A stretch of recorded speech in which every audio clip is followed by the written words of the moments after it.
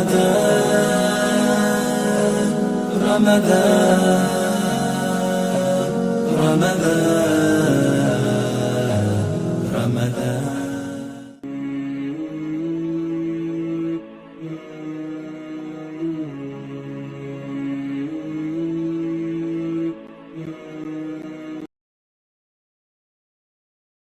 الحمدللہ رب العالمین والصلاة والسلام علی سید المرسلین وعلی آلہ وصحبہ اجمعین. اب اس کے بعد یہ آخری پیراگراف یہاں سے شروع ہوتا ہے 172 سے 206 تک. اب یہاں موسیٰ علیہ السلام کا قصہ ختم ہو گیا، فرعون کا قصہ یہاں پر ختم ہو گیا. تو سب سے پہلے انسانوں کو یہ بات یاد دلائی گئی کہ ان سے عہد الست لیا گیا تھا. تمام روحوں کو پیدا کرنے سے پہلے انسانوں کی ان سے پوچھا گیا الست بربکم، کیا میں تم لوگوں کا رب نہیں ہوں؟ قالوا بلا شہدنا، انہوں نے کہا ہاں اور ہم اس کی گواہی دیتے ہیں، اس کی ہم گواہی دیتے ہیں. اب اس کے بعد دیکھیے مادہ پرستی کا ذکر یہاں کیا جا رہا ہے. لوگوں یہ اختتامیہ ہے سورۃ الاعراف کا کہ ایک تو بنی اسرائیل کی طرح نافرمانی مت کرو، دوسرے دنیا کے اندر نہ کھو جانا اور پیسوں میں مادہ پرستی میں نہ کھو جانا. اب یہاں دیکھیے ایک مثال آ رہی ہے اور یہ مثال ہے آیت نمبر 176 کی. یہ پوری طرح یورپ اور مغربی دنیا کے اوپر پوری اترتی ہے. اب ذرا غور سے سنیے. وَاتْلُ عَلَيْهِمْ نَبَأَ الَّذِي آتَيْنَاهُ آيَاتِنَا، اے محمد صلی اللہ علیہ وسلم ذرا پڑھ کر سنائیے کہ اس آدمی کا قصہ اللہ نے اس کو اپنی آیات دی تھی. فَانْسَلَقَ مِنْهَا، تو وہ دیکھیے فنسلق، انسلاق کہتے ہیں سانپ جس طرح اپنی جلد کو چھوڑ کے پھسل کے نکل جاتا ہے، اس میں جھلی جو ہے چھوڑ دیتا ہے، اس کو کہتے ہیں انسلاق. تو آیات دی گئی تھی، احکام دیے گئے تھے نا، ایسے وہ تیزی سے نکل کے چالاکی سے بھاگ گیا اس میں سے. فَأَتْبَعَهُ الشَّيْطَانُ فَكَانَ مِنَ الْغَاوِينَ، شیطان اس کے پیچھے پڑ گیا اور اس کو گمراہ کر کے رہا. وَلَوْ شِئْنَا لَرَفَعْنَاهُ بِهَا. اچھا اب سنیے، اللہ کہہ رہا ہے اگر ہم چاہتے یہ جو آیات ہم نے اس آدمی کو دی تھی تو اس سے ہم اوپر اٹھا دیتے. آیات دی تھی نا، لیکن وہ پھسل کے نکل گیا اس میں سے. ہم چاہتے تو ہم اس کو اوپر پہنچا دیتے. پھر کیا ہوا؟ وَلَكِنَّهُ أَقْلَدَ إِلَى الْأَرْضِ، لیکن اس نے زمین کی طرف دیکھا. اس کو آسمان کی طرف دیکھنا تھا، زمین کی طرف دیکھا. آیات کے ذریعے، اللہ کی آیات کے ذریعے آپ آسمان پہ پہنچتے ہیں، لیکن آپ اس کو ٹھکرا دیتے ہیں، زمین کی طرف دیکھتے ہیں، مادے کی طرف دیکھتے ہیں، پیٹرول کی طرف دیکھتے ہیں، کتے کی طرح. سنیے وَاتَّبَعَ هَوَاهُ، اور پھر اپنے خواہشات کی پیروی کی اس آدمی نے. فَمَثَلُهُ، اس آدمی کی مثال ایسی ہے کَمَثَلِ الْكَلْبِ، جیسے کتا. ان تحمل علیہ یلہس او تترکہ یلہس، آپ اس کو پکڑیے تب بھی وہ اپنی یلہس، اپنی رال ٹپکاتا ہے، زبان نکالا، اور چھوڑ دیں تب بھی رال ٹپکاتا رہتا ہے. ذالک مثل القوم الذین کذبوا بآیاتنا، یہ ہے ان قوموں کی مثال جو ہماری آیات کو جھٹلا دیتے ہیں. فاقصص القصص لعلہم یتفکرون، اے محمد صلی اللہ علیہ وسلم اس طرح کے قصے سنائیے، امید ہے کہ یہ غور و فکر سے کام لیں گے. ادھر دیکھیے پہلے، اب یہاں کتا جو ہے یہ قوموں کو کتوں سے مثال دی ہے. کتا کیا کرتا ہے؟ ہمیشہ رال ٹپکاتا رہتا ہے، اس کا تھوک نکلتا رہتا ہے. آپ دیکھا ہوگا کتا زبان باہر نکالتا ہے اور تھوک ٹپکتا رہتا ہے. اس کو دو چیزوں کی تلاش ہوتی ہے، ایک اس کو کتیا چاہیے اور دوسرے اس کو ہڈی اور گوشت چاہیے. چاٹتا رہتا ہے، سر دیکھتا رہتا ہے، سونگھتا رہتا ہے. اب مغربی قوموں کو بھی دیکھ لیجیے، یہ ساری دنیا میں گھوم رہے ہیں نا، کس لیے گھوم رہے ہیں؟ لڑکیاں مل جائیں، عیاشی ہو، یعنی بیوی کا خیال نہیں ہے، ان کی 10 گرل فرینڈ ہیں، 20 گرل فرینڈ سے، جس ملک میں جاتے ہیں وہاں زنا کا بازار کھول دیتے ہیں۔ اور تلاش کس کی ہوتی ہے؟ وسائل کی، کوئلے کی تلاش، منرلز کی تلاش، پیٹرول کی تلاش، گیس کی تلاش، کتے کی طرح سونگتے رہتے ہیں ہڈی کہاں ہے اور عورت کہاں ہے۔ اللہ نے ان کو اپنی آیات سے نوازا تھا، اور چاہتا تو ان آیات کے ذریعے سے یہ بلند ہو جاتے، لیکن یہ زمین کی طرف دیکھنا انہوں نے مناسب سمجھا۔ ان کی مثال کتے کی سی تھی۔ اس کے بعد وہی بات ہے، ساء مثلا للقوم الذین کذبوا بآیاتنا وانفسهم كانوا یظلمون۔ کتنی بری مثال ہے، یہ اپنے آپ پر ہی ظلم کر رہے ہیں۔ اور اللہ پھر جو ہے ایک اور تشبیہ دیتے کہے، دیکھیے اب بتا رہا ہے کہ جن کو گمراہ ہونا ہے وہ گمراہ ہو کے رہتے ہیں، دوزخ میں جا کے رہتے ہیں۔ وہ جو شاعر نے کہا نا، آپ زلفوں کو سنواریں کہ پریشان رکھیں، ہونے والے تو بہرحال پریشان ہوں گے، یہ دوزخ میں جا کر رہیں گے۔ دیکھیے اب وَلَقَدْ زَرَعْنَا لِجَهَنَّمَ كَثِيرًا مِنَ الْجِنِّ وَالْإِنسِ، ہم نے جنات اور انسانوں کو بے شمار تعداد کو زمین پر دوزخ کے لیے پھیلا دیا ہے، دوزخ میں جانے کے لیے پھیلا دیا ہے۔ اچھا کون ہے یہ لوگ؟ لَهُمْ قُلُوبٌ لَا يَفْقَهُونَ بِهَا، ان کے دل ہیں لیکن یہ سمجھ سے کام نہیں لیتے۔ وَلَهُمْ أَعْيُنٌ لَا يُبْصِرُونَ بِهَا، ان کی آنکھیں ہیں لیکن یہ دیکھنا گوارا نہیں کرتے۔ وَلَهُمْ آذَانٌ لَا يَسْمَعُونَ بِهَا، ان کے کان ہیں لیکن یہ سننا نہیں چاہتے۔ أُولَئِكَ كَالْأَنْعَامِ بَلْ هُمْ أَضَلُّ، یہ مویشیوں کی طرح ہیں، جانوروں کی طرح ہیں، بلکہ جانوروں سے بھی گئے گزرے۔ اب دیکھیے یہ مغربی قوموں کو دیکھ لیجئے، اب یہ شادی نہیں کر رہے ہیں، ہومو سیکشولیٹی میں، کیا ہے یہ؟ جانور سے بدتر ہے۔ جانوروں میں بھی کہا جاتا ہے کہ بعض جانور ایسے ہیں جو اپنی بیوی کے علاوہ کسی اور کے ساتھ صحبت نہیں کرتے، لیکن یہ سڑکوں پہ کرتے ہیں، فلمیں بناتے ہیں، اور ہر طرف یعنی سود کا، شراب کا، رقص کا، زنا کا بازار گرم ہے۔ پورے یورپ میں دیکھ لیجئے، پورے امریکہ میں دیکھ لیجئے، خاندانی نظام درہم برہم ہے۔ تو اللہ کہہ رہا ہے اولئک کالانعام بل ہم اضل، اور اولئک هم الغافلون۔ اور اس کے بعد اللہ تعالیٰ یہاں کہتا ہے کہ وَلِلَّهِ الْأَسْمَاءُ الْحُسْنَى فَادْعُوهُ بِهَا، اللہ تعالیٰ کے حسین و جمیل پیارے پیارے نام ہیں، الاسماء الحسنى، ان کے ذریعے اللہ کو پکارو، یعنی توحید اسماء و صفات کو اختیار کرو، اور مادہ پرستی چھوڑو، اور اپنے آپ کو جانور نہیں انسان سمجھو، اپنے مقصد زندگی کو سمجھو۔ اور پھر یہاں بات آ رہی ہے محمد صلی اللہ علیہ وسلم کی، کہ تم لوگ یہ سمجھتے ہو کہ محمد صلی اللہ علیہ وسلم پر کوئی آسیب ہے، بھوت ہے، جن ہے، ما بصاحبہم من جن ان هو الا نذیر مبین، کوئی ان کو جنون لاحق نہیں ہے بلکہ آپ ایک نذیر مبین ہیں۔ وہ پوچھتے ہیں کہ قیامت کب آئے گی؟ قل، جواب دیجئے، انما علمها عند ربی، اس کا علم صرف میرے رب کے پاس ہے۔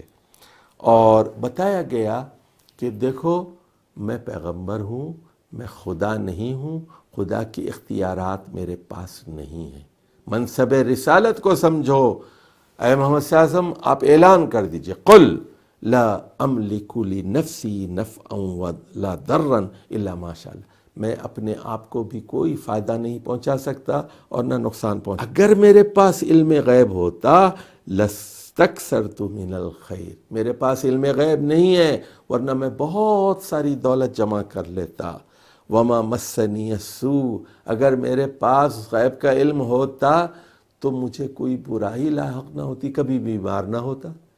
میرے بچے جو ہے چھوٹے مر گئے بچپن میں، بیٹے مر گئے، میری 3 بیٹیاں میری زندگی میں مر گئی، اب میں احد کے میدان میں زخمی ہو گیا، میرا دانت بھی ٹوٹ گیا، تو یہ ساری چیزیں نہ ہوتی نا، احد میں شکست بھی ہوئی رسول اللہ صلی اللہ علیہ وسلم کی موجودگی میں، تو کوئی بری چیز نہیں ہوتی اگر میرے پاس غیب کا علم ہوتا تو میری حیثیت کو سمجھو، میں رسول ہوں، ان انا الا نذیر و بشیر لقوم یؤمنون، نہیں ہوں مگر میں ایک بشیر اور ایک نذیر اس قوم کے لیے جو ایمان لے آئے۔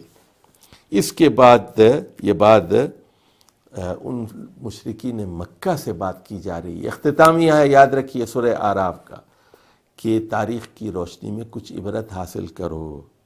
اے نادانو ایشرکون ما لا یخلق شیئا وہم یخلقون، تم ان خداؤں کی پوجا کرتے ہو جو پیدا نہیں کر سکتے بلکہ وہ خود پیدا کیے گئے ہیں۔ اب آ جائیے دیکھیے آخری 2 آیات کی ہدایات پر ذرا ہم غور کرتے ہیں۔ وہاں بتایا گیا ھذا بصائر من ربکم وہدی ورحمۃ لقوم یؤمنون۔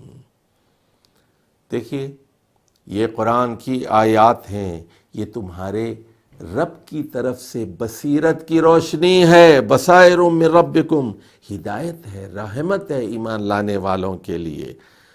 سنو، فَإِذَا قُرِئَ الْقُرْآنُ فَاسْتَمِعُوا لَهُ وَأَنصِتُوا لَعَلَّكُمْ تُرْحَمُونَ، جب قرآن پڑھا جائے خاموش رہو اور توجہ سے سنو، فَاسْتَمِعُوا لَهُ، توجہ سے سنو، غور کرو، سنو تاکہ تم پر رحم کیا جائے۔ اب یہاں حکم دیا جا رہا ہے، ذرا مشکل آیت ہے، میں ذرا سمجھانا چاہتا ہوں آپ کو۔ وَاذْكُرْ رَبَّكَ فِي نَفْسِكَ، اپنے دل ہی دل میں اللہ کو یاد کیجئے، دل ہی دل میں۔ پہلی چیز کیا ہے؟ دل ہی دل میں۔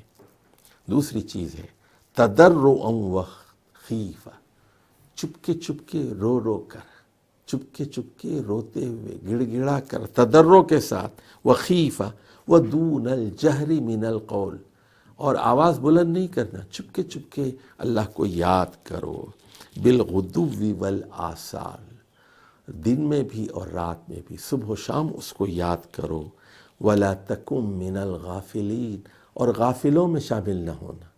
دیکھیے پہلے کیا کہا گیا؟ وَاذْكُرْ، آخر میں کیا کہا جا رہا ہے؟ کہ غافلوں میں شامل نہ ہونا۔ تو ذکر کی ضد غفلت ہے، اور غفلت کی ضد ذکر ہے۔ یاد کرو، اللہ کو یاد کرو، غافل نہ ہونا۔ تو جو ذاکر ہے وہ غافل نہیں ہو سکتا، جو غافل ہے وہ ذاکر نہیں ہو سکتا، یاد رکھیے۔ اچھا، مولانا حسرت موہانی نے دیکھیے اس شعر کا ترجمہ کیا ہے اور کس خوبی سے کیا ہے۔ چپکے چپکے رات دن آنسو بہانا یاد ہے۔ اب یہ جو دون الجر خیفتن، یہ چپکے چپکے، چپکے چپکے رات دن دیکھیے، بالغدو والآصال کا ترجمہ ہے رات دن، آنسو بہانا، اور تضرعا، گڑ گڑا کر، رو رو کر اللہ کو یاد کرو۔ آنسو بہانا یاد ہے۔ اچھا، اس کے 2 مطلب ہے کہ یاد ہے مطلب ایک زمانے میں ہم بھی بہت آنسو بہایا کرتے تھے، روتے تھے چپکے چپکے رات دن، ہمیں یاد ہے۔ دوسرا مطلب ہے کہ چپکے چپکے رات دن آنسو بہانا، یعنی آنسو بہانے کا نام یاد ہے۔ یاد کسے کہتے ہیں؟ اس چیز کو کہتے ہیں، چپکے چپکے رات دن آنسو بہانا یاد ہے۔ اس کے بعد فرمایا ان الذین عند ربک لا یستکبرون عن عبادت، تو جو لوگ اپنے رب کے سامنے تکبر نہیں کرتے، عن عبادتہ، یعنی سجدہ کرتے ہیں، رکوع کرتے ہیں، ہاتھ باندھ کے اس کے سامنے کھڑے ہوتے ہیں، مغرور نہیں ہیں، اللہ کی آیات کے ساتھ تکبر نہیں کرتے، وَيُسَبِّحُونَهُ وَلَا يَسْجُدُونَ، اور اس کی بے عیبی کا اظہار کرتے ہیں، اس کا سجدہ کرتے ہیں۔ اور یہ وہ لوگ ہیں جو قرآن مجید کو سن کر آنکھیں بند نہیں کرتے اور کان بند نہیں کرتے، توجہ سے سنتے ہیں، اور ان پر اللہ تعالیٰ کا رحم ہوگا۔ تو یہ تھا سورۃ الاعراف کے آخری پیراگراف کا خلاصہ، جو آیت نمبر 206 پر ختم ہوا۔ پوری سورۃ الاعراف کیا کہہ رہی ہے؟ اس کے 8 پیراگراف ہیں۔ پہلا حصہ تمہید پر مشتمل ہے، دوسرا حصہ خلاصہ ہے، درمیان میں 6 قوموں کی ہلاکت کے واقعات، سچے واقعات بیان کیے گئے ہیں۔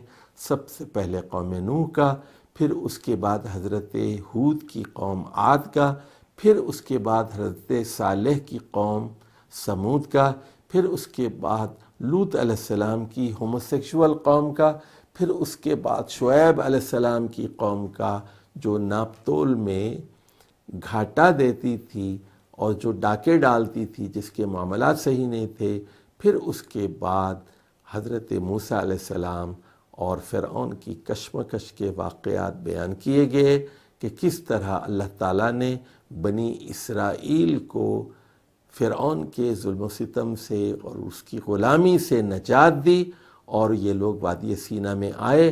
لیکن پھر ان لوگوں کو جب میدان میں لایا گیا اور کہا گیا کہ اب آپ لوگوں کو خلافت دی جا رہی ہے اور آپ کو دیکھا جائے گا فَيَنْظُرَ كَيْفَ تَعْمَلُونَ، کہ آپ لوگوں کے رویے کس طرح ہوتے ہیں، اور انہوں نے پھر حضرت موسیٰ کی نافرمانی کی، اس کے قصے بیان کیے گئے، اور آخر میں بتایا گیا کہ محمد صلی اللہ علیہ وسلم نبی امی ہیں، ساری دنیا کی طرف بھیجے گئے ہیں، ان کا ذکر تورات اور انجیل میں موجود ہے۔ اس لیے قرآن مجید یہ آخری کلام ہے جس کو وہ لے کر آئے ہیں۔ قرآن مجید کو توجہ سے سنو اور اس پر غور کرو اور خاموش ہو جاؤ، یہ اللہ کا کلام ہے، اور اس کے نتیجے میں تمہیں توحید کی اور اسلام کی دولت ملے گی اور تم کامیاب اور بامراد ہو جاؤ گے۔ سورۃ الانفال چھوٹی سی سورت ہے لیکن ہے مدنی، 75 آیات پر مشتمل ہے اور اس کے 8 پیراگراف ہیں۔ اچھا، آپ کو یاد ہوگا سورہ فاتحہ پہلی سورت تھی مکی، اس کے بعد 4 مدنی صورتیں آئیں، بقرہ، آل عمران، نساء اور مائدہ۔ اس کے بعد پھر 2 مکی صورتیں آئیں، سورۃ الانعام اور سورۃ الاعراف۔ اب 2 صورتیں اور مدنی آ رہی ہیں، سورۃ الانفال اور اس کے بعد سورۃ التوبہ، اور ان دونوں کا مضمون جہاد ہے، سورۃ الانفال کا بھی اور سورۃ التوبہ کا بھی، اور چونکہ درمیان میں اس کے بسم اللہ بھی نہیں ہے، اور وجہ یہی ہے کہ مضمون ایک ہی ہے انفال اور توبہ کا۔ انفال میں جہاد کا فلسفہ بیان کیا گیا ہے اور توبہ میں اس کے عملی احکام بیان کیے گئے ہیں۔ تو یہ معلوم ہوا کہ قرآن مجید میں مکی اور مدنی صورتوں کا ایک امتزاج ہے، اور اس کی نزولی ترتیب سے اس کی کتابی ترتیب مختلف ہے، مکی پھر مدنی پھر مکی پھر مدنی، اس طرح یہ صورتیں آتی ہیں۔ 75 آیات ہیں سورۃ الانفال، اور انفال سے مراد مال غنیمت ہے، اور پہلی آیت ہی میں کہا گیا یسألونک عن الانفال، یہ مال غنیمت کے مطابق پوچھتے ہیں کہ اس کی تقسیم کیسے ہونی چاہیے۔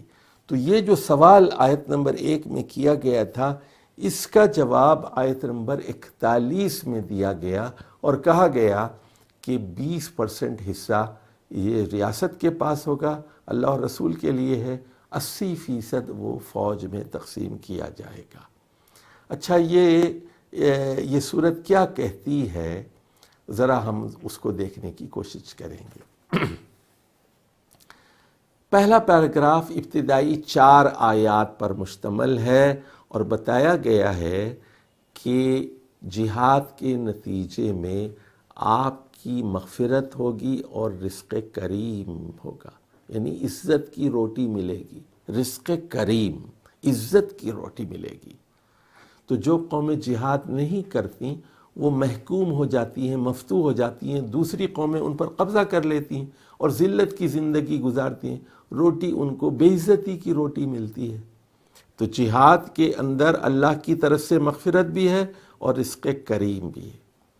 اچھا ذرا غور فرمائیے، یہ مغفرت اور رزق کریم کا ذکر ابتدائی پیراگراف میں بھی ہے اور آخری پیراگراف میں بھی ہے۔ اس سے آپ کو پوری صورت کے مرکزی مضمون کے تعین میں آسانی ہو جاتی ہے۔ اب اس کے بعد جائیے، دوسرا پیراگراف ہے آیت نمبر 5 سے لے کر آیت نمبر 14 تک، یہ 10 آیات ہیں۔ اس میں جنگ بدر کا پس منظر اور اس کے مقاصد بیان کیے گئے ہیں۔ اور سورۃ الانفال کے بارے میں یہ معلوم ہونا چاہیے کہ 2 ہجری میں جنگ بدر ہوئی تھی رمضان میں، اس کے بعد یہ نازل ہے، اس کے بعد یہ نازل ہوئی اور اس پر تبصرہ یہاں موجود ہے۔ تیسرے پیراگراف میں آیت نمبر 15 سے لے کر 28 تک 14 آیات ہیں۔ یہاں جہاد کی فرضیت کا حکم بھی ہے اور لوگوں سے کہا گیا ہے کہ تم اپنے نبی اور اپنے امیر کی سمع و طاعت کرو، ان کی بات سنو اور ڈسپلن ہونی چاہیے۔ جہاد کے لیے سمع و طاعت ضروری ہے، ڈسپلن بہت ضروری ہے۔ چوتھا پیراگراف آیت نمبر 29 سے 40 تک 12 آیات پر مشتمل ہے اور اس میں بتایا گیا ہے کہ قریش مکہ کے جرم کیا ہیں اور ان کے خلاف جنگ کا جواز بنتا ہے، یعنی یہاں پر لیجیٹیمیسی آف وار ہے، جنگ کیوں کی جائے، جنگ کا مقصد کیا ہے، یہ وضاحت کی گئی ہے کہ جنگ لازمی ہے، جنگ ضروری ہے۔ آیت نمبر 41 سے 47 تک 7 آیات ہیں، اس میں مال غنیمت یعنی انفال کے احکام دیے گئے ہیں۔ چھٹا پیراگراف آیت نمبر 48 سے 54 تک کی 7 آیات پر مشتمل ہے اور یہاں بتایا گیا کہ جنگ بدر میں ابلیس کا کیا کردار تھا اور منافقین اور ابو جہل کا فرعونی رویہ کیا تھا، کافروں کا رویہ کیا تھا۔ تو یہاں دیکھیے دوسرے پیراگراف میں اور چھٹے پیراگراف میں دونوں جگہ قریش کے خلاف اور جنگ بدر پر تبصرہ موجود ہے۔ 7واں جو پیراگراف ہے آیت نمبر 55 سے 71 تک تقریباً یہ 15-16 آیات ہیں۔ یہاں جنگ اور صلح کے احکام بیان کیے گئے ہیں کہ اگر صلح کی پیشکش ہو تو اس پر غور کیا جا سکتا ہے۔ پوری صورت کا مرکزی مضمون یہ ہے کہ جہاد کا فلسفہ کیا ہے، جہاد کے آداب کیا ہیں اور جہاد کی ترغیب ہے، اور احکام صلح و جنگ یہاں بیان کیے گئے ہیں اور جہاد کی فضیلت بھی بیان کی گئی ہے کہ اس کے نتیجے میں اللہ کی طرف سے مغفرت بھی ہوگی اور رزق کریم بھی ہوگا۔ یہ بات ابتدائی 4 آیات میں بھی بیان کی گئیں پہلے پیراگراف میں اور آخری 4 آیات میں بھی بیان کی گئیں، یعنی آیت نمبر 72، 73، 74 اور 75 میں، کہ قوموں کے عروج و زوال میں اور قوموں کی عزت میں فوج کا اہم کردار ہوتا ہے، جہاد کا بہت اہم کردار ہوتا ہے۔ فوج کو مضبوط ہونا چاہیے اور اس کو جہاد کے جذبے سے سرشار ہونا چاہیے، اور یہی بقا اور ایگزسٹنس کے لیے قرآنی فلسفہ ہے۔ والسلام علیکم ورحمۃ اللہ۔ سورۃ الانفال ایک مدنی سورت ہے، جیسا کہ ہم پہلے آپ کو بتا چکے ہیں، اور 75 آیات پر مشتمل ہے اور اس کے 8 پیراگراف ہیں۔ تو سب سے پہلے تو ہم بات کریں گے پہلے پیراگراف کی۔ اس میں تمہید ہے اور نوٹ فرمائیے کہ ایک بہت ہی اہم لفظ آ رہا ہے، رزق کریم۔ تو پہلی آیت شروع ہوتی ہے یسألونک عن الانفال، وہ مال غنیمت کے بارے میں پوچھتے ہیں، قل الانفال للہ والرسول۔ ایک اجمالی جواب دے دیا گیا کہ اس کا فیصلہ اللہ اور اس کے رسول کریں گے، لیکن درمیان میں 40 آیات آئی ہیں اور اس کا اصل جواب وہاں آیت نمبر 41 میں دیا گیا ہے۔ فاتقوا اللہ وَأَصْلِحُوا ذَاتَ بَيْنَكُمْ وَأَطِیعُوا اللَّهَ وَرَسُولَهُ إِن كُنتُم مُؤْمِنِینَ۔ اب دیکھیے اصل سوال کو چھوڑ کر بات ہو رہی ہے دوسرے موضوع پر کہ مال غنیمت کی تقسیم اہم معاملہ نہیں ہے، اللہ سے ڈرو اور اپنے باہمی معاملات درست کرو، یعنی انصار اور مہاجرین میں اتحاد اور اتفاق، اور اللہ اور رسول کی اطاعت کرو اگر تم سچے معنوں میں مومن ہو۔ مومن کون ہے؟ الذین اذا ذکر اللہ وجلت قلوبہم، سچے مومنوں کی تعریف بیان کی گئی ہے۔ مومن وہ ہیں جب اللہ کا ذکر ان کے سامنے کیا جائے تو ان کے دل لرز جاتے ہیں۔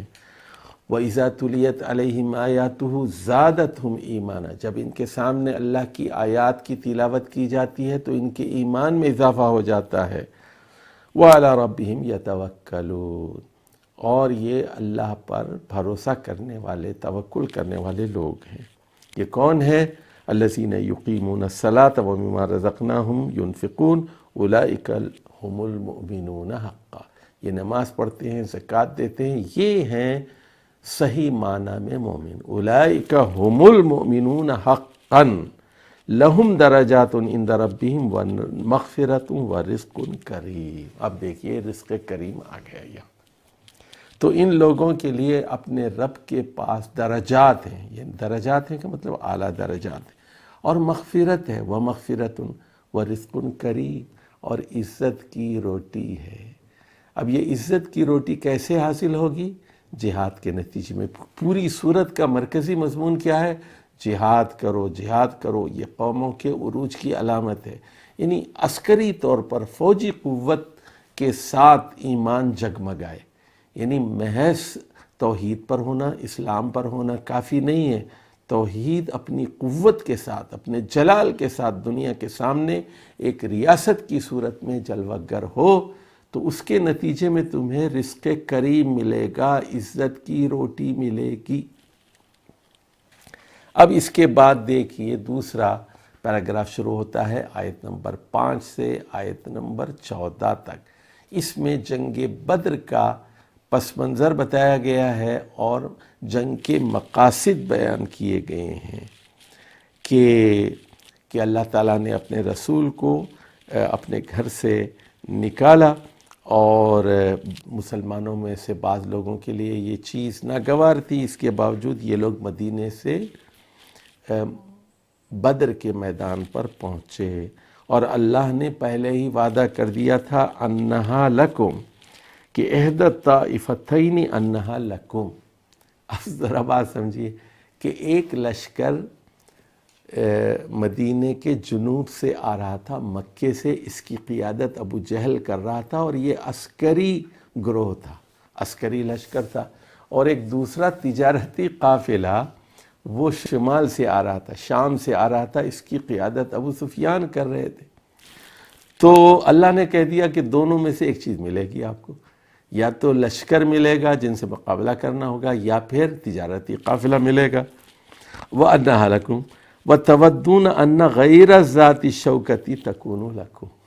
اب اللہ تعالیٰ بتا رہا ہے مسلمان یہ چاہتے تھے کہ وہ گروہ جو غیر ذاتی شوکہ ہے، جو کیل کانٹوں سے لیس نہیں ہے، جو ہتھیار سے لیس نہیں ہے، تجارتی قافلہ مل جائے، ان کو ماریں گے، ان کو سارا مال لوٹ لیں گے۔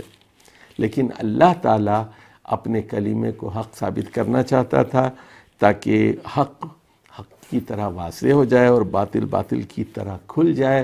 وَلَوْ كَرِهَ الْمُجْرِمُونَ، تو یہاں ابو جہل کی قیادت میں جو 1000 کا لشکر قریش کا آیا تھا، ان کو مجرم کہا گیا ہے۔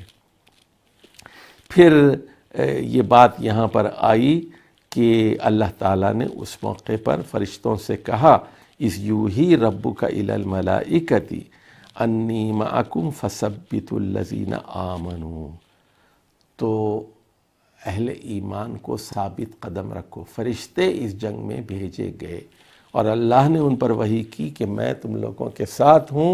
فَثَبِّتُوا الَّذِینَ آمَنُوا، اہل ایمان کو ثابت قدم رکھو، ان کے قدم ڈگمگا نہ جائیں۔ اور سَأُلْقِی فِی قُلُوبِ الَّذِینَ كَفَرُوا الرُّعْبَ، اور میں بہت جلد کافروں کے دلوں پر رعب طاری کر دوں گا۔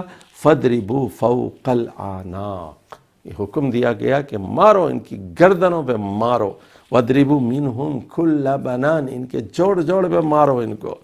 ذَلِكَ بِأَنَّهُمْ شَاقُّوا اللَّهَ وَرَسُولَهُ، اس لیے کہ انہوں نے اللہ اور رسول کی مخالفت کی ہے، اور جو اللہ اور رسول کی مخالفت کرتا ہے اس کے لیے عزیز شدید عذاب ہے. ذَلِكُمْ فَذُوقُوهُ، تو یہ تھا وہ انجام جس کا مزہ انہوں نے چکھا. وَأَنَّ لِلْكَافِرِينَ عَذَابَ النَّارِ، دنیا میں یہ ان کی ہلاکت تھی، رسوائی تھی. 70 کافر مارے گئے جس میں بڑے بڑے سردار تھے، جس میں ابو جہل بھی شامل تھا، اور آخرت میں ان لوگوں کے لیے آگ ہے، آگ. یہاں پر آیت نمبر 14 ہے، اور یہاں پر یہ دوسرا پیراگراف ختم ہوتا ہے. یہاں بتایا گیا ہے کہ یہ بدر میں جو مقابلہ تھا حق اور باطل کا تھا. ابو جہل کی قیادت میں باطل، اور محمد صلی اللہ علیہ وسلم کی قیادت میں حق، اور 313 نے 1000 کو شکست دی. اور آخرت میں بھی ان کافروں کے لیے عذاب ہے. اب اس کے بعد ہم آتے ہیں اس کے تیسرے پیراگراف کی طرف، اور تیسرا پیراگراف فرضیت جہاد کے بارے میں ہے. اور یہاں مسلمانوں کو حکم دیا جا رہا ہے کہ وہ اللہ اور رسول کی بات سنیں اور ان کی اطاعت کریں. یہ آیت نمبر 15 سے لے کر 28 تک 14 آیات پر مشتمل ہے. اب دیکھیے پہلی ہی آیت 15ویں آیت، یا ایھا الذین آمنوا اذا لقیتم الذین کفروا زحفا فلا تولوہم الادبار. تو دیکھیے اس میدان جنگ کے اصول بیان کیے جا رہے ہیں. جب دشمن سے مٹبھیڑ ہو تو بھاگنا نہیں پیٹ پھیر کر.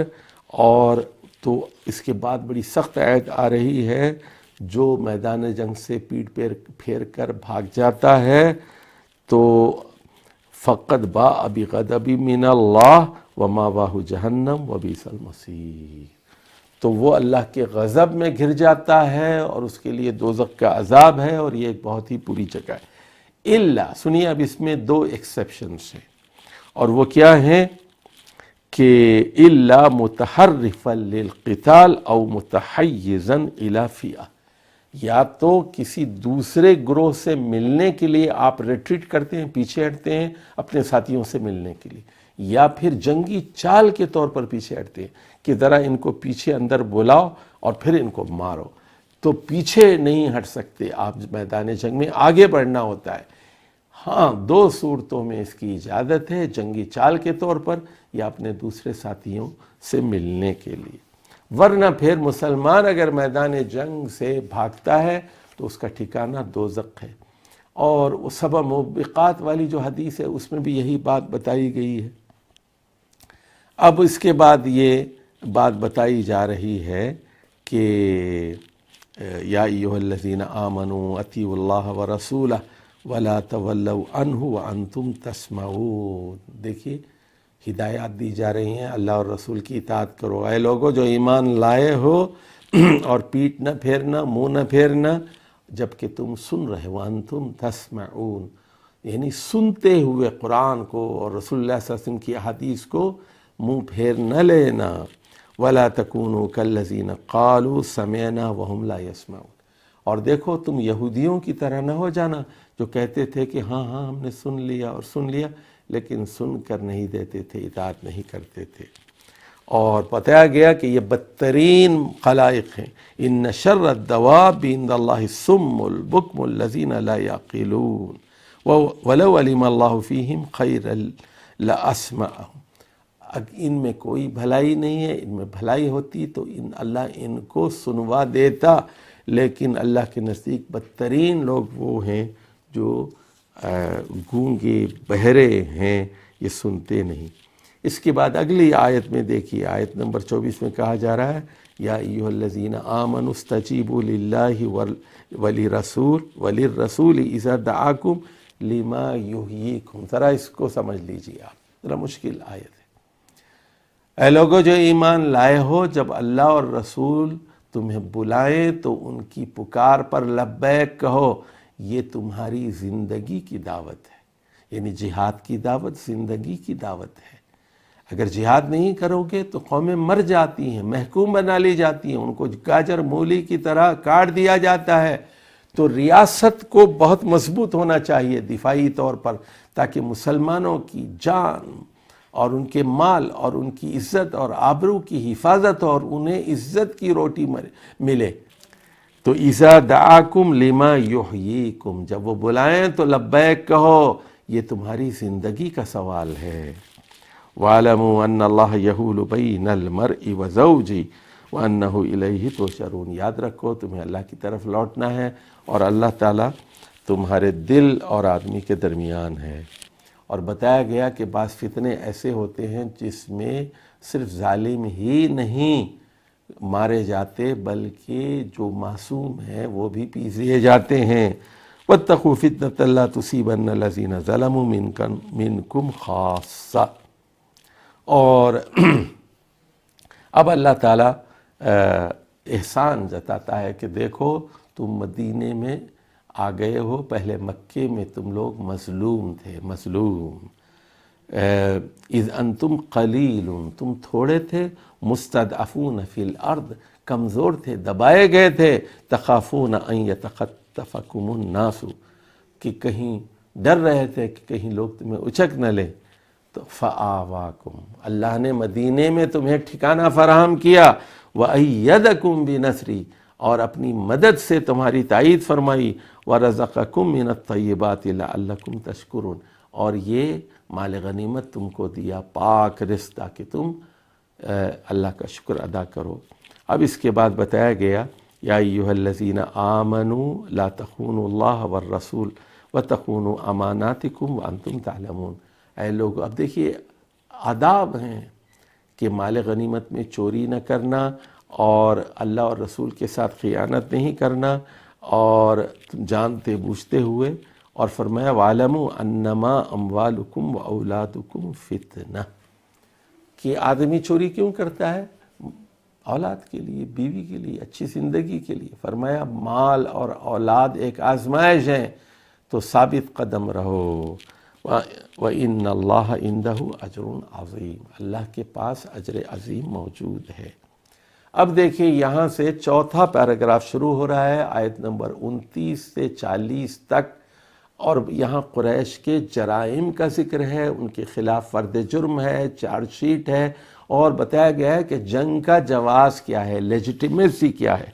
یا ایھا الذین آمنوا ان تتقوا اللہ یجعل لکم فرقانا، اے لوگو جو ایمان لائے ہو، اگر تم اللہ سے ڈرتے رہو گے تو اللہ تعالیٰ تمہیں فرقان عطا کرے گا، تمہارے گناہ معاف کرے گا، تمہاری مغفرت کرے گا۔ اللہ ذو الفضل العظیم ہے۔ یاد کرو، اب یاد کرو مکے میں کیا عالم تھا۔ وَإِذْ يَمْكُرُ بِكَ الَّذِينَ كَفَرُوا لِيُثْبِتُوكَ أَوْ يَقْتُلُوكَ أَوْ يُخْرِجُوكَ، 3 سازشیں تمہارے خلاف ہو رہی تھیں اے محمد صلی اللہ علیہ وسلم۔ وہ چاہتے تھے کہ یا تو آپ کو قید کر دیں، یا آپ کو قتل کر دیں، یا آپ کو مکے سے نکال دیں۔ وَيَمْكُرُونَ، وہ سازش کر رہے تھے، وَيَمْكُرُ اللَّهُ، اور اللہ اپنی تدبیر کر رہا تھا، وَاللَّهُ خَيْرُ الْمَاكِرِينَ، وہ بہترین تدبیر کرنے والا ہے۔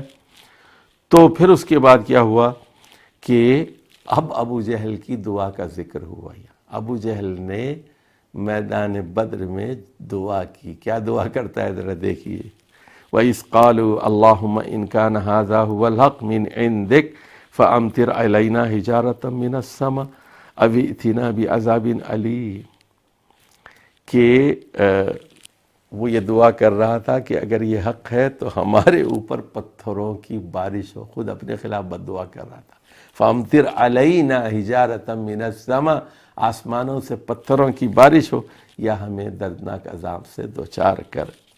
اب اللہ اس پر تبصرہ کر رہا ہے، وَمَا كَانَ اللَّهُ لِيُعَذِّبَهُمْ وَأَنْتَ فِيهِمْ وَمَا كَانَ اللَّهُ مُعَذِّبَهُمْ وَهُمْ يَسْتَغْفِرُونَ۔ اللہ کے 2 قاعدے بیان کیے گئے۔ ایک تو اللہ تعالیٰ فرما رہا ہے کہ جب تک اے محمد صلی اللہ علیہ وسلم آپ ان کے درمیان موجود ہیں، انہیں عذاب نہیں دیا جائے گا، یعنی پوری قوم کو نہیں ختم کیا جائے گا، چند لوگ مارے جائیں گے۔ دوسری چیز کہ جب تک لوگ استغفار کرتے رہیں گے عذاب نہیں دیا جائے گا۔ اور اس کے بعد بتایا جا رہا ہے کہ قریش مکہ یہ سمجھتے تھے کہ وہ کسٹوڈین آف ہولی کعبہ ہیں، وہ حجیوں کو حج کراتے تھے، عمرہ کراتے تھے، مراسم میں عبودیت انجام دیتے تھے۔ اب بتایا جا رہا ہے کہ چونکہ انہوں نے خانہ کعبہ کو آلودہ کر دیا ہے، ناپاک کر دیا ہے، یہاں لا کر بتوں کو رکھ دیا ہے، اس لیے they are not the custodian of Kaaba any more, اور مسلمان چونکہ توحید پرست ہیں ان کو ولی ہونا چاہیے۔ یہ ہے اصل وجہ نزاع، یہ ہے پوائنٹ آف کنٹروورسی، یہ ہے اختلاف کی وجہ، یہ ہے جنگ کا جواز، یہ ہے لیجیٹیمیسی آف وار۔ اس کو سمجھ لیجیے کہ وما لہم الا یعذبہم اللہ وہم یصدون عن مسجد الحرام، اللہ ان کو کیوں سزا نہ دے، وہ مسجد حرام سے روکتے ہیں۔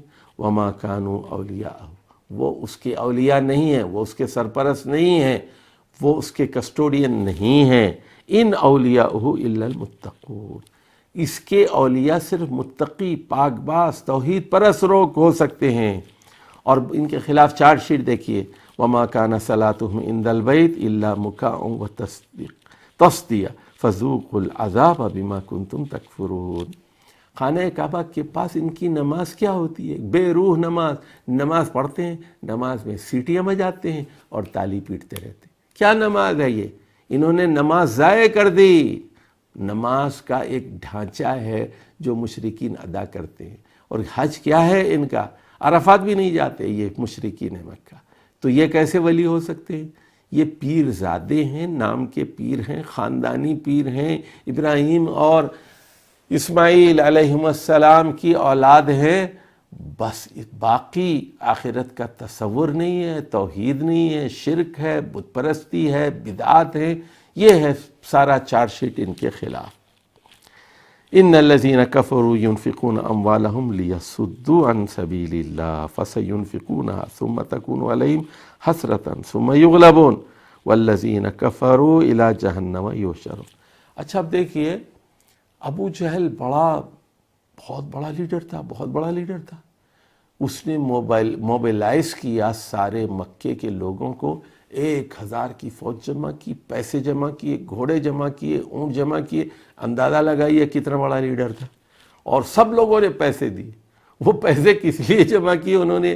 اپنی ہلاکت کے لیے، اللہ کے راستوں سے روکنے کے لیے، توحید کے خلاف پیسے جمع کیے انہوں نے۔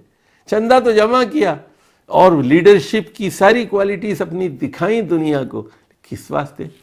اللہ کہہ رہے لیمیز اللہ الخبیث من الطیب، تو اللہ تعالیٰ یعنی خبیث کو طیب سے، ناپاک کو پاک سے الگ کر کے ممتاز کرنا چاہ رہا تھا کہ یہ شرک ہے، گندگی ہے، یہ توحید ہے، یہ طیب ہے، پاک ہے۔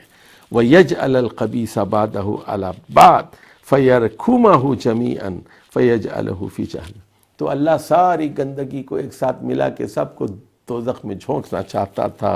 اولئک هم الخاسرون۔ تو اس کے بعد اللہ تعالیٰ کہہ رہا ہے، اب جہاد کے احکام در غور سے سن لیجئے، قاتلوہم، ان سے جنگ کرو، جنگ کرو، یہ حتی لا تکون فتنہ، یہاں تک کہ فتنہ ختم نہ ہو جائے، وَيَكُونَ الدِّينُ كُلُّهُ لِلَّهِ، اور دین پورے کا پورا اللہ کے لیے ہو جائے۔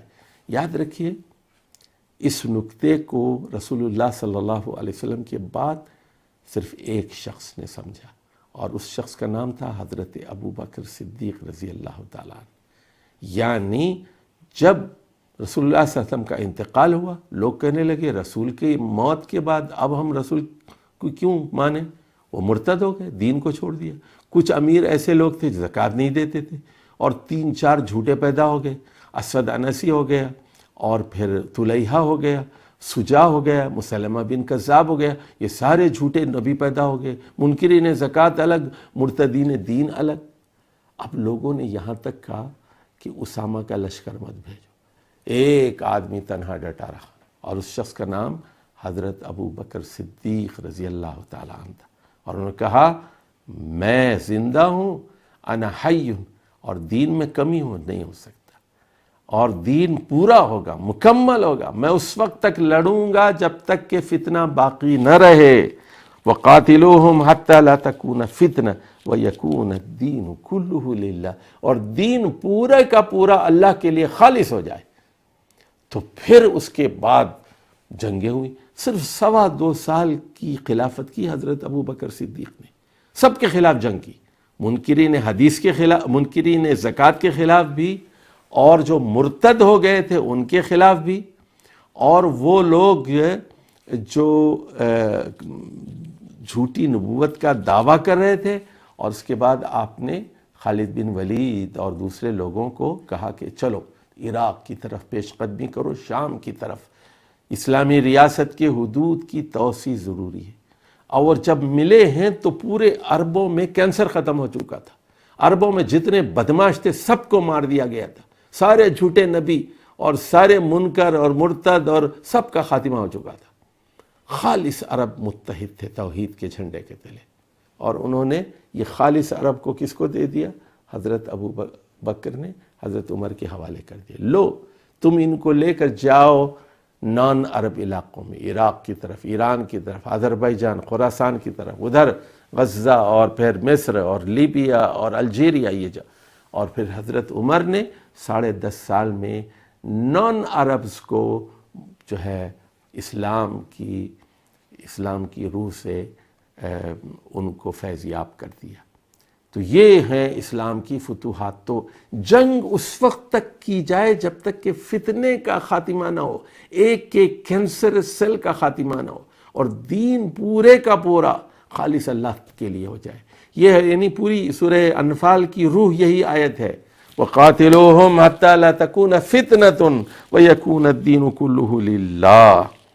اور اس کے بعد بتایا گیا وَإِن تَوَلَّوْا، اگر وہ منہ پھیرتے ہیں، فَاعْلَمُوا أَنَّ اللَّهَ مَوْلَاكُمْ، جان لو اللہ مولا ہے، نعم المولا ونعم النصیر، کتنا بہترین سرپرست ہے، کتنی بہترین مدد کرنے والا ہے۔ اب یہاں پر یہ پیراگراف ختم شروع ہوتا ہے جس کی 7 آیات ہیں۔ اب یہاں آ رہا ہے وال، اب یہاں وہ پہلی آیت کا جواب دیا گیا ہے، یسألونک عن الانفال، وہ پوچھتے ہیں کہ مال غنیمت کی تقسیم کے کیا احکام ہے۔ وَاعْلَمُوا أَنَّمَا غَنِمْتُم مِّن شَيْءٍ فَإِنَّ لِلَّهِ خُمُسَهُ وَلِلرَّسُولِ وَلِذِي الْقُرْبَى وَالْيَتَامَى وَالْمَسَاكِينِ وَابْنِ السَّبِيلِ إِن كُنتُمْ آمَنتُم بِاللَّهِ وَمَا أَنزَلْنَا عَلَىٰ عَبْدِنَا يَوْمَ الْفُرْقَانِ يَوْمَ التَّقَى الْجَمْعَانِ وَاللَّهُ عَلَىٰ كُلِّ شَيْءٍ قَدِيرٌ۔ اب یہ بتایا گیا کہ اس میں خمس کا کہتے ہیں 20%، وہ اللہ کے لیے ہے، رسول کے لیے ہے، ذی القربہ کے لیے ہے، یتامہ کے لیے، مسکینوں کے لیے اور مسافروں کے لیے، یعنی 20% مال غنیمت میں سے یہ اوور ہیڈ ایکسپینڈیچر کے لیے یہ سارا رکھ لیا جائے گا، حکومت اپنے پاس رکھ لے گی اس کو، اور باقی 80% وہ فوج میں تقسیم کیا جائے گا۔ اب اس کے بعد جنگ بدر پر تبصرہ ہو رہا اور احکام جنگ۔ تو اذ انتم بالعدوۃ الدنیا، تم لوگ قریبی طرف تھے، وہم بالعدوۃ القصویٰ، اور وہ دور کی طرف تھے، والرکب اسفل منکم، اور قافلہ جو تھا وہ بہت نیچے تھا، اور وَلَوْ تَوَاعَدتُّمْ لَاخْتَلَفْتُمْ فِي الْمِيعَادِ وَلَٰكِن لِّيَقْضِيَ اللَّهُ أَمْرًا كَانَ مَفْعُولًا لِيَهْلِكَ مَنْ هَلَكَ عَنْ بَيِّنَةٍ وَيَحْيَىٰ مَنْ حَيَّ عَنْ بَيِّنَةٍ۔ اب دیکھیے اللہ تعالیٰ، اب میں نے کہا تھا نا کہ 3 فریق تھے وہاں پر، ایک تجارتی قافلہ تھا ابو سفیان کی قیادت میں، اور وہ نیچے تھا، والرکب اسفل منکم، اور ایک طرف مسلمان تھے اور دوسری طرف عدوۃ القصویٰ پر وہ لوگ تھے، اور اللہ کیا چاہتا تھا کہ لڑائی ہو، اور اللہ کیا چاہتا تھا، لیہلک من ہلک عن بینہ، جس کو مرنا ہے وہ دلیل پر، بینہ پر مرے، اور جس کو جینا ہے وہ دلیل پر جیے۔ یہ ہے اصل بات، سمجھ لیجئے، ہمارا مرنا اور ہمارا جینا لا الہ الا اللہ کے لیے، ہم دلیل ہے، یہ دلیل ہماری ہے، لا الہ الا اللہ، ہم اللہ کے ہیں، اللہ کی طرف جائیں گے، انا للہ و انا الیہ راجعون، اللہ نے ہمیں پیدا کیا ہے، اللہ کی خدمت کریں گے، اللہ کی باتوں پر عمل کریں گے، اللہ کے احکام پر عمل کریں گے، اور اب کیا کیا اللہ نے ذرا دیکھ لیجئے کہ لڑائی ہو اذ یریکہم اللہ فی منامک قلیلا، اب رسول اللہ صلی اللہ علیہ وسلم کو خواب میں جو 1000 کا ابو جہل کا لشکر تھا، 1000 کا، مسلمان 313، تو اللہ نے ان کو 1000 کے وجہ بہت تھوڑا دکھا دیا تاکہ مسلمانوں کے حوصلے بلند رہیں۔ وَلَوْ أَرَاكُمْ كَثِيرًا لَفَشِلْتُمْ، اگر زیادہ دکھا دیتا ہوں، 5-10 ہزار دکھا دیتا تو آپ لوگ جو ہے کمزور پڑ جاتے، وَتَنَازَعْتُمْ فِي الْأَمْرِ، آپس میں اختلاف برپا ہو جاتا، وَلَكِنَّ اللَّهَ سَلَّمَ، لیکن اللہ نے سلامتی عطا کی، اور وہ جو ہے علیم بذات الصدور ہے۔ وَإِذْ يُرِيكُمُوهُمْ إِذَا الْتَقَيْتُمْ فِي أَعْيُنِكُمْ قَلِيلًا، آپ کی آنکھوں میں انہیں کم دکھایا، وَيُقَلِّلُكُمْ فِي أَعْيُنِهِمْ، اور ان کی آنکھوں میں آپ کو کم دکھایا۔ انہوں نے کہا کہ یہ تو چند ہے، ہم تو ایسے مار دیں گے، آپ کو دکھایا کہ وہ بہت کم ہے، انہوں نے کہا کہ ہم مار دیں گے۔ اور اللہ چاہتا تھا کہ یہ مفعول ہو، یہ واقع ہو کر رہے، لیقضی اللہ امرا کان مفعولا، تو لیقضی اللہ امرا کان مفعولا، یہ 2 مرتبہ آیت آئی، دیکھیں وَإِلَى اللَّهِ تُرْجَعُ الْأُمُورُ، اور سارے فیصلے اللہ ہی کی طرف لوٹائے جاتے ہیں۔ اب حکم دیا جا رہا ہے مستقبل میں، یا ایھا الذین آمنوا اذا لقیتم فئۃ فاثبتوا واذکروا اللہ کثیرا لعلکم تفلحون۔ 2 باتیں ہیں، دیکھیے، اے لوگو جو مسلمان ہو گئے ہو، ایمان لائے ہو، جب دشمن سے مٹ بھیڑ ہو تو فاثبتوا، جمے رہو، ڈٹے رہو، ثابت قدم رہو، حوصلہ رکھو، عزم کے ساتھ لڑو، گھبرانا نہیں، لڑو، آگے بڑھو۔ دوسری چیز واذکروا اللہ کثیرا لعلکم تفلحون، اللہ کو کثرت سے یاد کرو۔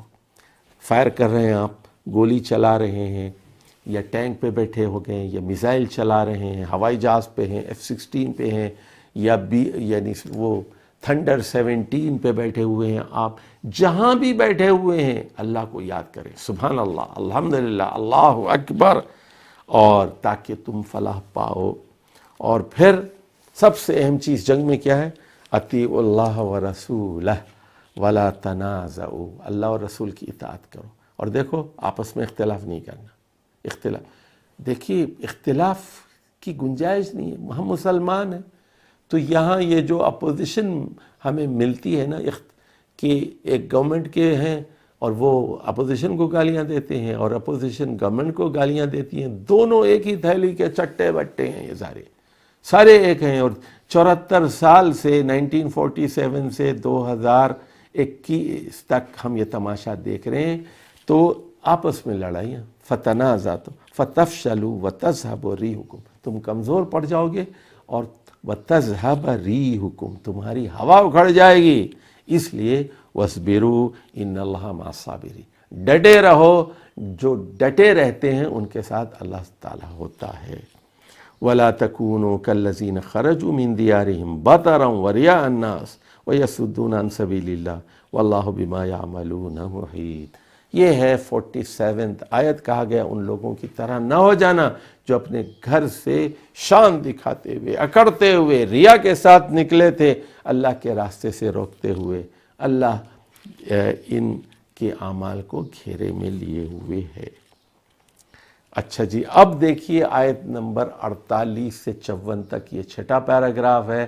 اب اس میں بتایا گیا ہے کہ ابلیس کا کیا کردار تھا اس میں، اور کیسے وہ تھپکیاں دیتا تھا مشرکین کو، کیسے لڑاتا تھا وہ، اور اس کے بعد پھر 7ویں پیراگراف میں احکام صلح و جنگ آئیں گے، اور اس کے بعد پھر اختتام ہوگا۔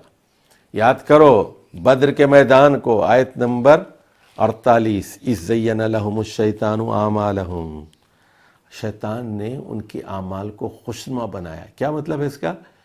تم لوگ بتوں کی پوجا کرتے ہو نا، ڈٹے رہو، بہت اچھے لوگ ہو تم لوگ، مشرک لوگ بہت اچھے ہوتے ہیں، لڑو، یہ جو ہیں توحید والے بدعتی ہیں، ان سے لڑو۔ ان کے اعمال کو خوشنما بنا کر پیش کیا، اور کہنے لگا لا غالب لکم اليوم من الناس، کہنے لگا آج تم پر کوئی غالب نہیں آ سکتا، تم جیتنے والے ہو۔ دیکھو یہ ابلیس کی ٹیکنیک ہے، اور کہنے لگا انی جار لکم، میں تمہارا پڑوسی ہوں، تمہارے ساتھ ہوں، فکر مت کرو۔ اچھا پھر کیا ہوا؟ فلما تراءت الفئتان نکص علی عقبیہ، جو ہی دو فوجیں آپس میں ٹکرائیں الٹے پاؤں بھاگ گیا اور کہنے لگا انی بریء منکم، میں آپ سے بالکل الگ ہوں، بری ذمہ ہوں، انی اری ما لا ترون، اور میں وہ چیزیں دیکھ رہا ہوں جو تم نہیں دیکھ رہے، انی اخاف اللہ۔ اب کہہ رہا ہے سنیے ابلیس، میں اللہ سے ڈرتا ہوں، واللہ شدید العقاب۔ اب اس کے بعد منافقین کا تذکرہ ہو رہا ہے، اس یقول المنافقون والذین فی قلوبہم مرض غر ہؤلاء دینہم، وہ لوگ کہنے لگے اچھا یہ تو وہ لوگ ہیں جن کو دینداری کا بڑا دھوکہ ہے کہ ہم بڑے مذہبی لوگ ہیں، وَمَن يَتَوَكَّلْ عَلَى اللَّهِ فَإِنَّ اللَّهَ عَزِيزٌ حَكِيمٌ۔ اب بتایا گیا کہ کافروں کی جب موت آتی ہے تو فرشتے ان کی روح کیسے کھینچتے ہیں۔ لو ترا ولو ترا، کاش اے محمد صلی اللہ علیہ وسلم آپ دیکھتے، اذ یتوفی الذین کفروا الملائکہ، جب فرشتے ان لوگوں کی روحیں قبض کرتے ہیں، یضربون وجوہہم، اب سنیے وہ کافروں کو تھپڑ مارتے ہیں فرشتے، وادبارہم، ان کی پیٹھوں پہ مارتے ہیں، یعنی موت کے وقت بھی عذاب دیا جاتا ہے۔ اب ایک معتزلی نہیں مانے گا، عقل پرست نہیں مانے گا کہ یہ کیسے تھپڑ لگتے ہیں ان کو، تو موت کے وقت عذاب دیا جاتا ہے کہ وجاءت سکرۃ الموت بالحق، سکرۃ الموت بالحق، تو اور موت کی سختی آ گئی، سچی ہے یہ۔ اور یضربون وجوہہم وادبارہم وذوقوا عذاب الحریق، اور ان سے کہا جاتا ہے آگ کا مزہ چکھو، آگ کا، قبر میں بھی عذاب دیا جاتا ہے ان کو۔ ذالک بما قدمت ایدیکم وان اللہ لیس بظلام للعبید، اور یہ تم نے جو اپنے ہاتھوں کی کمائی سے بھیجا اس کا صلہ ہے، اور اللہ تعالیٰ اپنے کسی بندے پر ذرہ برابر بھی ظلم نہیں کرتا۔ اور کدب آل فرعون، یہ بالکل اسی طرح ہوا۔ اب سن لیجئے، یہاں ہے تقابل، ذرا سمجھیے اس کو، یہاں ابو جہل میں اور فرعون میں تقابل ہے۔ موسیٰ علیہ السلام کا ابو جہل فرعون تھا، اور رسول اللہ صلی اللہ علیہ وسلم کا فرعون ابو جہل تھا، دونوں اللہ کے رسولوں کے مخالف۔ دیکھیے اس لیے وہاں سورۃ المزمل میں کہا گیا انا ارسلنا الیکم رسولا شاہدا علیکم کما ارسلنا الی فرعون رسولا، اے قریش کے لوگو تمہاری طرف ایک رسول ہم نے بھیجا ہے، شاہدن علیکم، جو تم پر گواہ ہے، محمد صلی اللہ علیہ وسلم، کما ارسلنا الی فرعون رسولا، جس طرح ہم نے موسیٰ علیہ السلام کو فرعون کی طرف بھیجا تھا۔ تو مشابہت سمجھ میں آ گئی، یہاں موسیٰ علیہ السلام کی مشابہت محمد صلی اللہ علیہ وسلم سے، اور فرعون کی مشابہت کس سے ہے؟ ابو جہل سے۔ کداب آل فرعون، جس طرح آل فرعون غرق ہوئے اسی طرح بدر میں 70 لوگ ہلاک کیے گئے، والذین من قبلہم، اور پہلے کے لوگ، کفروا بآیات اللہ، انہوں نے اللہ کی آیات کا انکار کیا، فأخذہم اللہ بذنوبہم، اللہ نے ان کو پکڑ لیا ان کے گناہوں کی پاداش میں۔ ان اللہ قوی شدید العقاب، اللہ تعالیٰ قوی ہے اور سزا دینے میں شدید ہے۔ اب اس بات آ رہی ہے کہ اللہ تعالیٰ کسی نعمت کو اس وقت تک نہیں چھینتا جب تک کہ قوم ناشکری نہیں ہوتی۔ یہ اللہ کا اصول سن لو، ذالک بأن اللہ لم یک مغیرا نعمتا انعمها علی قوم حتی یغیروا ما بانفسہم، اور یہی بات وہاں سورۃ الرعد میں آگے آئے گی، یہ اس وقت اس کی وضاحت کریں گے۔ کدب آل فرعون والذین من قبلہم کذبوا بآیات ربہم فأہلکناہم بذنوبہم واغرقنا آل فرعون وکل کانوا ظالمین، اور سارے کے سارے جو اس سے پہلے ہلاک کیے گئے سب کے سب ظالم تھے۔ یہ انجام بھی ابو جہل اور اس کے 70 ساتھیوں کا بالکل اسی طرح اللہ تعالیٰ کی سنت کے مطابق ہوا۔ اب یہاں سے دیکھیے آیت نمبر 55 سے 71 تک، یہ 7واں پیراگراف ہے۔ اب یہاں احکام صلح و جنگ بتائے گئے ہیں کہ جنگ کے کیا احکام ہیں اور صلح کے کیا احکام ہیں۔ پہلے یہ بات بتائی گئی تھی کہ وَقَاتِلُوهُمْ حَتَّى لَا تَكُونَ فِتْنَةٌ وَيَكُونَ الدِّينُ كُلُّهُ لِلَّهِ، اس وقت تک جنگ کرو جب تک کہ فتنہ باقی نہ رہے اور دین پورے کا پورا اللہ کے لیے خالص نہ ہو جائے، پورا دین اسٹیبلش ہو جائے، جزوی دین نہیں، پورا دین ہو جائے۔ اور پھر یہ بات بھی ذہن میں رکھ لیجئے کہ میدان میں ثابت قدمی دکھاؤ اور اللہ کو کثرت سے یاد کرو۔ یہ احکام پہلے دیے جا چکے تھے، اب مزید احکام آ رہے ہیں۔ اللہ تعالیٰ فرما رہا ہے کہ الذین عاہدت منہم ثم ینقضون عہدہم فی کل مرۃ وہم لا یتقون۔ دیکھیے لا یتقون، انہوں نے رسول اللہ صلی اللہ علیہ وسلم سے 6 ہجری کے آخر میں صلح حدیبیہ کی تھی، 10 سال کا معاہدہ تھا، اور پہلے سال ہی توڑ دیا، معاہدے کو توڑ دیا نا۔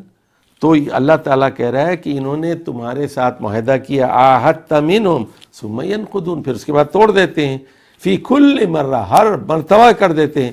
اور یہ لا یتقون کا مطلب ہے یہ یعنی معاہدات کی پاسداری نہیں کرتے۔ فَإِمَّا تَثْقَفَنَّهُمْ فِي الْحَرْبِ فَشَرِّدْ بِهِمْ مَنْ خَلْفَهُمْ لَعَلَّهُمْ يَذَّكَّرُونَ، تو فرمایا کہ جب ان سے مقابلہ ہو تو ان کی ایسی خبر لو، ان کی اولاد یاد رکھے، شرد بہم من خلفہم لعلہم یذکرون، جو ان کے بعد آنے والی نسلیں ہیں وہ تک یاد رکھیں، نہیں بھائی ان سے ہم ٹکر نہیں لے سکتے، یہ توحید والے لوگ ہیں، یہ مسلمان ہیں۔ اور اب اس کے بعد کہا جا رہا ہے وَإِمَّا تَخَافَنَّ مِنْ قَوْمٍ خِيَانَةً فَانبِذْ إِلَيْهِمْ عَلَى سَوَاءٍ إِنَّ اللَّهَ لَا يُحِبُّ الْخَائِنِينَ۔ ادھر دیکھیے اب وہ جنگ کی آفر کرتا ہے تو ہمیں جنگ، لیکن اگر وہ صلح کی آفر کرتا ہے ہم سوچیں گے۔ دیکھیے اب ایک معاہدہ ہے، معاہدہ کیا کہ جنگ نہیں کریں گے، ہم نے بھی سائن کیا، انہوں نے بھی سائن کر دیا، لیکن وہ خلاف ورزی کرتی ہیں، تو آپ معاہدہ لے کے کیا کریں گے؟ چومیں گے؟ کیا وہ قرآن ہے؟ کیا وہ حدیث ہے؟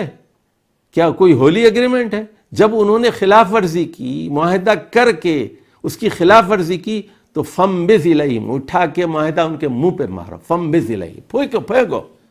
اب اس کی ویلیو نہیں رہی نا، معاہدے کی خلاف ورزی کر دی انہوں نے، توڑ دیا معاہدے کو۔ معاہدے کی پاسداری کرنی چاہیے، ایک مسلمان وعدہ شکن نہیں ہوتا، میثاق شکن نہیں ہوتا، لیکن دوسرا فریق اس کی خلاف ورزی کر رہا ہے، آپ کہتے ہیں ہم تو کریں گے، یہ کیسی مسلمانی ہے؟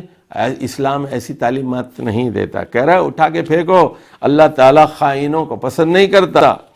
اور اس کے بعد اللہ تعالیٰ کہہ رہا ہے بہت اہم آیت، اعیدوا لہم ما استطعتم من قوہ، جمع کرو ان لوگوں کے لیے اپنی استطاعت کے مطابق قوت کو۔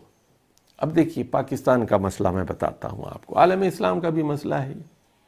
پاکستان اس وقت بہت زیادہ مقروض ہے، اور اس کی وجہ ہے ہماری کرپٹ قیادت اور ہمارا کرپٹ سسٹم، اور اس کی وجہ سے ہم اپنے دفاع پر زیادہ پیسے خرچ نہیں کر سکتے، حالانکہ دفاع ہماری پہلی ترجیح ہونی چاہیے۔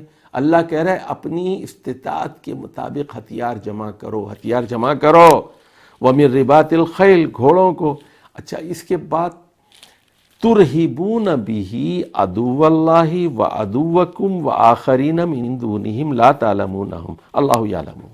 دیکھیے 3 دشمن ہیں آپ کے، ایک ہے عدو اللہ، اللہ کا دشمن، اس کے لیے ہتھیار جمع کرو، اعیدوا لہم ما استطعتم من قوہ۔ نمبر 2 عدوکم، جو تمہارے دشمن ہیں۔ اللہ کے دشمن کون ہیں؟ یہودی ہیں۔ اچھا آپ کے ہمارے دشمن کون ہیں؟ ہمارے دشمن ہندوستان کے ہندو، متعصب ہندو ہیں، سارے ہندو نہیں ہیں، جو لیڈرشپ ہے ان کی، مودی کی، اور جو ہمارے ساتھ جنگ کرتی رہی ہے 65 میں، 71 میں جو جنگیں ہوتی رہی، 48 کی جنگ ہوئی، وہ ہمارے، جنہوں نے بنگلہ دیش الگ کیا وہ ہمارے دشمن ہیں۔ وہ عدوکم میں ایک اللہ کے دشمن ہے، ایک ہمارے دشمن ہے، اور تیسرے کے بارے میں اللہ کہہ رہا ہے وہ آخرین، ان کے لیے بھی آپ ان کو نہیں جانتے، لا تعلمونہم واللہ یعلمہم، اللہ ان کو جانتا ہے۔ اور اس کے بعد اللہ کہہ رہا ہے پیسے دل کھول کر خرچ کرو۔ ابھی دیکھیے پاکستان کے ہر شہری کا یہ کام ہے کہ وہ اپنا گوشت کاٹ کر ڈیفنس میں دے، گوشت کاٹ کر دے، ڈیفنس کے اوپر کوئی سمجھوتا نہیں ہو سکتا۔ اور اللہ یہ کہہ رہا ہے کہ جو بھی اللہ کی راہ میں آپ خرچ کریں گے اس کا بدلہ دیا جائے گا بھرپور، یوفی الیکم وانتم لا تظلمون، تمہارے ساتھ کوئی زیادتی نہیں ہوگی۔ اب دیکھیے پیس کا اصول، صلح کا کیا اصول ہے، وار اینڈ پیس۔ وَإِن جَنَحُوا لِلسَّلْمِ فَاجْنَحْ لَهَا، اگر وہ صلح کے لیے ہاتھ بڑھائیں تو ٹھیک، آپ کہیں گے ہم بھی صلح کے لیے تیار ہیں۔ وَتَوَكَّلْ عَلَى اللَّهِ، اور اللہ پہ بھروسہ کیجیے۔ لیکن وَإِن يُرِيدُوا أَن يَخْدَعُوكَ، اچھا اب وہ ایک طرف کہہ رہے ہیں کہ صلح کرو، بات چیت کرو، آپ کے پاس بھیج رہے ہیں کسی کو، دوسری طرف فوجی تیاری کر رہے ہیں پیچھے سے، دھوکہ دینا چاہتے ہیں۔ وَإِن يُرِيدُوا أَن يَخْدَعُوكَ فَإِنَّ حَسْبَكَ اللَّهُ، تو اللہ آپ کے لیے کافی ہے، وَالَّذِي أَيَّدَكَ بِنَصْرِهِ وَبِالْمُؤْمِنِينَ۔ اب ذرا بات کو سمجھیے، اللہ نے اپنی مدد سے آپ کی تائید کی، وَبِالْمُؤْمِنِينَ، یہاں دو باتوں کو سمجھیے، ادھر دیکھیے، یہاں أَيَّدَكَ بِنَصْرِهِ وَبِالْمُؤْمِنِينَ، ایک ادھر دیکھیے، ایک تدبیر ہے، ایک تقدیر ہے۔ اللہ یہ کہہ رہا ہے محمد صلی اللہ علیہ وسلم، اللہ نے آپ کی تائید فرمائی اپنی مدد سے اور مومنین کی مدد سے، اپنی مدد سے، مومنین کی مدد سے۔ مومنین کون تھے؟ وہ انصار جنہوں نے مدینے میں آپ کو بلایا، مدینے میں آپ کو پناہ دی، اور وہاں تو مسلمانوں کی رضامندی بھی بہت ضروری ہے۔ ایک اللہ کی مدد ہوتی ہے، ایک مسلمانوں کی مدد ہوتی ہے۔ اللہ کی مدد غیبی ہوتی ہے، مسلمانوں کی مدد وہ تدبیر ہے۔ تو یا اس سے دو باتیں معلوم ہوئی، ذرا غور سے لکھ لیجئے، نوٹ کر لیجئے، کہ فتح کے لیے اللہ سے تعلق بہت مضبوط ہونا چاہیے، اور مسلمان جو ساری آبادی ہے، رعایا ہے، وہ آپ کے ساتھ ہم آہنگ ہو۔ اگر مسلمان ہی آپس میں بٹے ہوئے ہیں، ان کے درمیان اختلاف ہے، رائے عامہ آپ کے ساتھ نہیں ہے، تو آپ کیسے جنگ لڑ سکتے ہیں؟ نہیں لڑ سکتے۔ اور اگر لوگ آپ کے ساتھ ہیں لیکن اللہ آپ کے ساتھ نہیں ہے تو آپ کی مقدر میں ناکامی ہوگی۔ بات سمجھ میں آ گئی؟ هو الذی ایدک بنصرہ وبالمؤمنین، اور پھر کیا کیا اللہ نے؟ والف بین قلوبہم، اور سارے مسلمانوں کے دل جوڑ دیے۔ اب اللہ کہتا ہے اگر تم ساری دنیا کی دولت بھی اکٹھی کر لیتے تو دل نہیں جوڑ سکتے تھے۔ اللہ نے الف بینہم ولکن اللہ الف بینہم، اور اس کے بعد اللہ کہتا ہے یا ایھا النبی حسبک اللہ ومن اتبعک من المؤمنین، آپ کے لیے اللہ کافی ہے اور پکے مسلمان کافی ہیں جو آپ کے ساتھ آپ کی پیروی کر رہے ہیں۔ یعنی دیکھیے یہاں بھی صرف دعاؤں سے جنگ نہیں جیتی جاتی، آپ کے ساتھ لوگ ہوں، مومنین کا ہونا ضروری ہے۔ مومنین، صاحب ایمان، صاحب توحید لوگوں کا ہونا ضروری ہے۔ اس کے بغیر صرف ہتھیاروں کی بنیاد پر جنگ نہیں لڑی جا سکتی۔ تو وہ جو علامہ اقبال کہتے ہیں، کافر ہو تو شمشیر پہ کرتا ہے بھروسہ، مومن ہو تو بے تیغ بھی لڑتا ہے سپاہی۔ یا ایھا النبی حرض المؤمنین علی القتال، اب یہاں اے نبی مسلمانوں کو، مومنین کو، صاحب ایمان لوگوں کو جنگ کے لیے ابھاریے، اکسائیے، ترغیب دیجئے ان کو۔ حرض المؤمنین علی القتال۔ اب یہاں دو قاعدے ہیں، دو فارمولے ہیں، ذرا سمجھ لیجئے۔ پہلا فارمولہ ہے 1:2 کا، اور دوسرا فارمولہ ہے 1:10 کا۔ پہلے فارمولے کے تحت کہا گیا کہ ایک مسلمان مضبوط ہوگا تو وہ 2 کافروں کا مقابلہ، پہلا فارمولہ 1 اور 10 کا ہے، ایک مسلمان مضبوط ہوگا وہ 10 کافروں کا مقابلہ کر سکتا ہے۔ یعنی بدر میں کتنے تھے؟ 313۔ 313 کتنوں کا مقابلہ کر سکتے تھے؟ 3130 کا مقابلہ کر سکتے۔ 313 کو 10 سے ضرب دیجئے، 3130 کا مقابلہ کر سکتے تھے وہ، ایسا ایمان تھا ان کا۔ لیکن اگر کمزوری پیدا ہو جائے تو 313 626 کا مقابلہ کر سکتے ہیں۔ یعنی کمزوری کے ساتھ ریشو بھی جو ہے وہ گھٹتی جاتی ہے. یعنی سن لیجئے یہاں فارمولا کیا ہے سمجھ لیجئے آپ, یعنی کوالٹی ورسز کوانٹیٹی ہے. کوالٹی ورسز کوانٹیٹی ہے کہ جتنی کوالٹی زیادہ ہوگی کوانٹیٹی کم ہو بھی تو کام چل جائے گا, اور جتنی کوالٹی جو ہے گھٹتی جائے گی, معیار گرتا جائے گا تو مقدار میں اضافہ کرنا پڑے گا. یہ ہے بات, اس کو سمجھنے کی ضرورت ہے. تو فرمایا ان یکم منکم مئۃ یغلبوا الفا من الذین کفروا, اگر تمہارے 100 ہوں گے تو وہ 1000 کافروں پر غالب آ سکیں گے. کیوں؟ بِأَنَّهُمْ قَوْمٌ لَا يَفْقَهُونَ. لیکن اب کیا ہوا؟ الآن خفف اللہ عنکم, اللہ نے اب تخفیف کر دی. وَعَلِمَ أَنَّ فِيكُمْ ضَعْفًا, اللہ نے جان لیا کہ اب آپ کے اندر کمزوری آ گئی ہے, ضعف آ گیا ہے. تو اب کیا ہے رول؟ اب 1:2 کا ہے. فَإِن یکم منکم مئۃ صابرۃ یغلبوا مئتین, اب 100 ثابت قدم ہوں گے وہ 200 پر غالب آئیں گے. 100 تو 200, 1:2 کا ہے کمزوری کی حالت میں. وَإِن یکم منکم الف, اور اگر 1000 ہوں یغلب لا, تو وہ الف جو ہے 2000 پر, الفین پر غالب آ جائیں گے اللہ کے حکم سے. اب اس کے بعد اللہ تعالیٰ یہ کہتا ہے, اب جنگ بدر میں یہ سوال پیدا ہوا تھا کہ جو قیدی گرفتار ہوئے ان کے ساتھ کیا کیا جائے. تو ایک رائے یہ تھی, آپ نے مشورہ کیا صلی اللہ علیہ وسلم, ایک رائے یہ آئی ان سب کو قتل کر دیا جائے. اور قیدیوں میں حضرت عباس بھی تھے اس میں, اور عقبہ بن ابی معیط بھی تھے, اور دوسرے بہت سارے لوگ تھے اس میں. تو بہت سارے قیدی گرفتار کیے, ان کا مال غنیمت بھی تھا. تو حضرت ابو بکر صدیق نے مشورہ دیا کہ فدیہ لے کر چھوڑ دیا جائے. بعض دوسروں نے مشورہ دیا کہ نہیں, انہیں قتل کیا جائے. تو کہا گیا, اب یہ دیکھیے اللہ تعالیٰ کہہ رہا ہے کہ نبی کے لیے جائز نہیں ہے کہ اس کے پاس قیدی ہوں اور ان کو وہ نہ کچلے. کیا تم دنیا کے پیسے چاہتے ہیں؟ فدیہ لے کے سنیے, پیسوں کی خاطر ان سے کچھ پیسے بٹورنے کے لیے چھوڑ دیا آپ نے ان کو. واللہ یرید الآخرہ واللہ عزیز حکیم. اب یہاں سخت تنبیہ آئی ہے, دیکھیے, لولا کتاب من اللہ سبق, اگر اللہ کا پہلے سے فیصلہ نہ ہوتا, لمسکم فیما اخذتم عذاب عظیم, تم نے جو مال غنیمت ان سے فدیہ جرمانہ لیا, ان سے لے کے فدیہ لے کے چھوڑا ان کو, اس پر اللہ کا عذاب آ سکتا تھا. خیر کوئی بات نہیں. فَكُلُوا مِمَّا غَنِمْتُمْ حَلَالًا طَيِّبًا, اللہ نے معاف کر دیا, اب تم یہ حلال ہے مال غنیمت کھاؤ اس کو. وَاتَّقُوا اللَّهَ إِنَّ اللَّهَ غَفُورٌ رَحِيمٌ. اور اب اس کے بعد دیکھیے آخری پیراگراف آتا ہے. یہ 4 آیات ہیں, 72, 73, 74, 75. اور یاد رکھیے یہاں بھی وہی بات ہے, رزق کریم کی.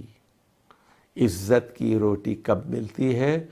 جب آپ کی فوج مضبوط ہو, جب آپ کا دفاع مضبوط ہو, جب آپ کی فوج میں مومنین ہوں, اہل توحید ہوں, اللہ کے لیے لڑنے والے موجود ہوں, آپ کی کوالٹی ہو, اور آپ ہتھیار جمع کریں. اعدوا لهم ما استطعتم من قوة. اب دیکھیے اللہ کہہ رہا ہے, ان الذین آمنوا وہاجروا وجاہدوا باموالہم وانفسہم فی سبیل اللہ والذین آووا ونصروا اولئک بعضهم اولیاء بعض. ادھر دیکھیے, اب ایک مہاجرین ہے, ایک انصار ہے, جنہوں نے ایمان لا کر ہجرت کی, پھر اللہ کی راہ میں مال سے جان سے جہاد کیا, اور وہ لوگ مدینے کے لوگ جنہوں نے ان کو ٹھکانہ فراہم کیا, جنہوں نے ان کی مدد کی, یہ ایک دوسرے کے ولی ہیں, سرپرست ہیں, دوست ہیں. اور والذین آمنوا ولم یہاجروا, اور وہ لوگ جو ایمان لائے مکے میں لیکن ابھی تک ہجرت نہیں کی, ما لکم من ولایاتہم من شیء حتی یہاجروا, تو آپ ان کے سرپرست اس وقت تک نہیں بن سکتے جب تک کہ وہ ہجرت نہ کریں. اب سن لیجئے, کئی مسلمان چائنا میں ہیں نا, تو وہ ہم کیا کر سکتے ہیں؟ کچھ بھی نہیں کر سکتے, دعا کر سکتے ہیں اللہ ان کی مدد فرمائے. کشمیر میں مسلمان مر رہے ہیں, ہم کیا کر سکتے ہیں؟ دعائیں کر سکتے ہیں. مودی مار رہا ہے ان کو, جب تک کہ وہ ہمارے پاس ہجرت کر کے نہ آئے، حتی یہاجروا، ہماری ولایت کیسے مل سکے گی ان کو، ہماری سرپرستی کیسے حاصل ہوگی؟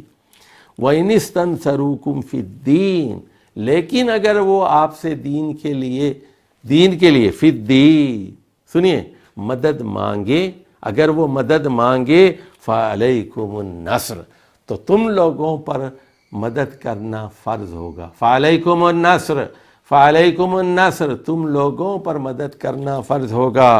إِلَّا عَلَىٰ قَوْمٍ بَيْنَكُمْ وَبَيْنَهُمْ مِيثَاقٌ، الا یہ، ہاں اس صورت میں نہیں کر سکتے آپ ان کی مدد جب آپ کے اور ان کے درمیان ایک معاہدہ ہو، جنگ بندی کا معاہدہ ہو، پھر کچھ نہیں کر سکتے۔ والذین آمنوا وہاجروا وجاہدوا فی سبیل اللہ والذین آووا ونصروا اولئک هم المؤمنون حقا لہم مغفرۃ ورزق کریم۔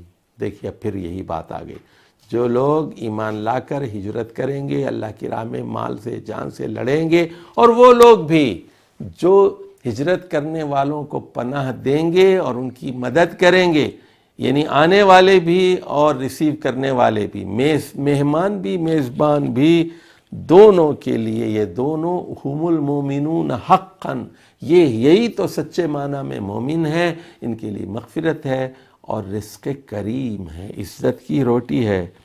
والذین آمنوا من بعد وہاجروا وجاہدوا معکم فاولئک منکم۔ اب بتایا کہ آگے سنیے، یہ بات کب بتائی جا رہی؟ 2 ہجری میں۔ مسلمان کتنے ہیں؟ 313، جنگ بدر کے بعد۔ کہا کہ اس کے بعد بہت سارے لوگ مسلمان ہوں گے، ہزاروں کی تعداد میں ہوں گے، اور آپ کے ساتھ اولئک منکم، ان کا شمار بھی انہی میں سے ہوگا۔ وَأُولُو الْأَرْحَامِ بَعْضُهُمْ أَوْلَىٰ بِبَعْضٍ فِي کتاب اللہ ان اللہ بِكُلِّ شَيْءٍ علیم۔ اب یہاں پر سن لیجئے، ایک غلط فہمی کا ازالہ کیا گیا ہے۔ جب یہ انصار اور مہاجرین دونوں کو بھائی بھائی بنا دیا گیا، اور ایک مہاجر کو ایک انصار کے گھر میں ٹھہرایا گیا چند دنوں تک، جب تک کے لیے ان کا مکان نہیں بن جاتا اور یہ لوگ کمانے کھانے کے قابل نہیں ہو جاتے، اس وقت تک کے لیے تو بتایا گیا، تو لوگ یہ سمجھنے لگے کہ میراث میں بھی ان کو حصہ ملے گا، یہ بھائی بن گئے ہیں۔ تو فرمایا نہیں، رشتے رحم کے ہوتے ہیں، بچے دانی کے ہوتے ہیں، اولو الارحام ہیں۔ اولو الارحام جو خون ہے، دودھ کا رشتہ ہے، خون کا رشتہ ہے، نسب کا، وہ اللہ کی کتاب میں، اللہ کے قانون میں ان کی زیادہ اہمیت ہوتی ہے۔ ان اللہ بکل شیء علیم، اللہ تعالی ہر چیز کا علم رکھتا ہے۔ تو یہ تھی سورۃ الانفال، 75 آیات اور 8 پیراگراف پر مشتمل ایک سورت، اور اس کا مرکزی مضمون یہی ہے کہ جہاد بہت ضروری ہے، اور جہاد کے لیے مال اور جان خرچ کیے جائیں، اور اس کے نتیجے میں عزت کی روٹی حاصل ہوتی ہے، اللہ کی طرف سے مغفرت۔ اس وقت تک جہاد کرنا چاہیے جب تک کہ فتنے کا خاتمہ نہیں ہوتا اور دین اور قانون پورے کا پورا اللہ تعالیٰ کے لیے نہیں ہو جاتا۔ سورۃ التوبہ 129 آیت پر مشتمل ایک لمبی سورت ہے، اور یہ بھی مدنی ہے۔ اس کے 5 پیراگراف ہیں، اور یہ 9 ہجری میں نازل ہوئی ہے۔ آپ جانتے ہیں کہ رمضان 8 ہجری میں فتح مکہ ہوئی تھی، اور 10,000 لوگوں کو لے کر آپ نے مکے پر حملہ کیا تھا، اور اگلے سال 9 ہجری میں اب لوگ چوک در چوک اسلام میں آنے لگے۔ 30,000 کا لشکر لے کر آپ مدینے سے رومی سلطنت کا مقابلہ کرنے کے لیے شام کی طرف نکلے اور تبوک تک پہنچے، لیکن رومی فوج مقابلے کے لیے نہیں آئی۔ 80,000 کی فوج تھی ان کی، وہ مقابلہ نہیں ہوا۔ آپ 20 دن تک تبوک میں ٹھہرے رہے، اور اطراف و اکناف میں جو چھوٹی موٹی ریاستیں تھیں جو پہلے رومن امپائر کی باجگزار تھیں، ان کو اپنا باجگزار بنا لیا، وہ آپ کے ماتحت ہو گئیں۔ تو اب 9 ہجری میں اسلام کا ڈنکا بجنے لگا، اور شمالی علاقہ جات پر مسلمانوں کی دھاک بیٹھ گئی۔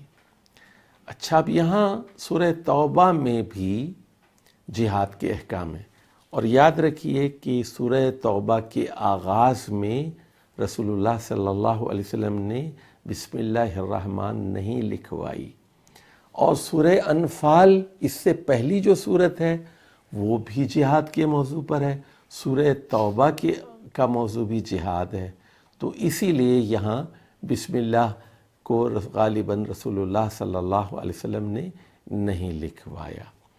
اب دیکھیں گے کہ سورۃ الانفال میں تو جہاد کے فلسفے کو بیان کیا گیا تھا، احکام صلح و جنگ بیان کیے گئے تھے، جہاد کے آداب بیان کیے گئے تھے کہ جہاد کے موقع پر اللہ کو یاد کرنا چاہیے، ثابت قدمی کا مظاہرہ کرنا چاہیے، اتحاد ہو، سمع و طاعت کا جذبہ ہو، اور اس وقت تک لڑنا چاہیے جب تک کہ فتنہ باقی ہے، اور جب تک کہ دین کامل پورے کا پورا اللہ تعالیٰ کا نہیں ہو جاتا۔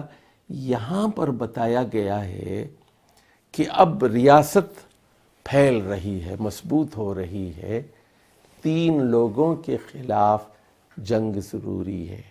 نمبر 1، مشرکین مکہ یعنی بنی اسماعیل، عرب کے اندر اب کوئی مشرک نہ رہنے پائے۔ نمبر 2، اہل کتاب کے خلاف جنگ۔ اہل کتاب کے خلاف جنگ قیامت تک جاری رہے گی، یعنی جب تک دجال کا ظہور نہیں ہوتا اور حضرت عیسیٰ علیہ السلام نازل نہیں ہوتے، مسلمانوں کی اور اہل کتاب کی جنگ جاری رہے گی۔ تیسری چیز یہ کہ منافقین کے خلاف جنگ، کیونکہ منافقین اسلامی ریاست کو کھوکھلا کر دیتے ہیں، اور وہ مسلمان ہوتے ہوئے بھی مسلمان نہیں ہوتے، تو یہ ایک بہت بڑا مسئلہ ہوتا ہے۔ تو مسلمانوں کے لیے ضروری ہوتا ہے کہ وہ اپنی صفوں پر نگاہ ڈالیں۔ اس میں پھر کچے مسلمانوں کا بھی ذکر ہوا، اور ان 3 لوگوں کا بھی ذکر ہوا جو منافق نہیں تھے، مسلمان تھے، لیکن محض نفس کی کمزوری کی وجہ سے تبوک کی جنگ میں شریک نہیں ہو سکے۔ ان کا قصہ یہاں پر آیا ہے، کعب بن مالک، ہلال بن امیہ، اور حضرت ہلال کا یہاں پر ذکر ہوا ہے۔ تو اس کے یہ ہے سورہ توبہ کا مرکزی مضمون کہ مشرکین عرب اور یہود و نصارہ اور منافقین کے خلاف جہاد ضروری ہے، اور خام مسلمانوں کی تربیت ضروری ہے۔ تو پہلا پیراگراف دیکھیے 28 آیات پر مشتمل ہے، اور یہ بنی اسماعیل اور مشرکین عرب کے خلاف جنگ کے بارے میں۔ دوسرا پیراگراف 29 سے 35 تک یہ 6 آیات پر 7 آیات پر مشتمل ہے، اور اس میں اہل کتاب کے خلاف جنگ کا حکم ہے۔ تیسرا پیراگراف یہ بھی 36 سے 41 6 آیات پر مشتمل ہے، اس میں جو قیصر روم اور اس کے باج گزاروں کے خلاف جہاد کا حکم ہے، اور ایک بڑی اہم آیت آئی ہے کہ جو قومیں جہاد نہیں کرتی ان کو دنیا کے نقشے سے ہٹا دیا جاتا ہے، اور ان کے بجائے دوسری قوموں کو میدان عمل میں لایا جاتا ہے۔ آیت نمبر 42 سے 127 تک یہ طویل ترین پیراگراف ہے، اور یہ منافقین کے خلاف ہے کہ ان کے خلاف جنگ کی جائے۔ اور آخری پیراگراف 5واں جو پیراگراف ہے، یہ صرف 2 آیات ہیں، اس میں آیت نمبر 128 اور 129، اس میں بتایا گیا ہے کہ محمد صلی اللہ علیہ وسلم کی قدر کی جائے۔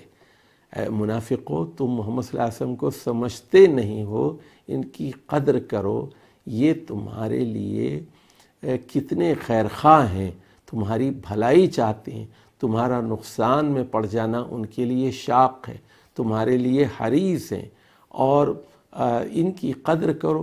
لیکن اگر تم محمد صلی اللہ علیہ وسلم کی قدر نہیں کرنا چاہتے تو پھر یاد رکھو کہ اللہ جو ہے کافی ہے، اللہ کے علاوہ کوئی الہ نہیں ہے، اور رسول اللہ صلی اللہ علیہ وسلم نے تو اللہ پر بھروسہ کر لیا ہے، وَهُوَ رَبُّ الْعَرْشِ الْعَظِيمِ، اور وہ عظیم الشان عرش کا مالک ہے۔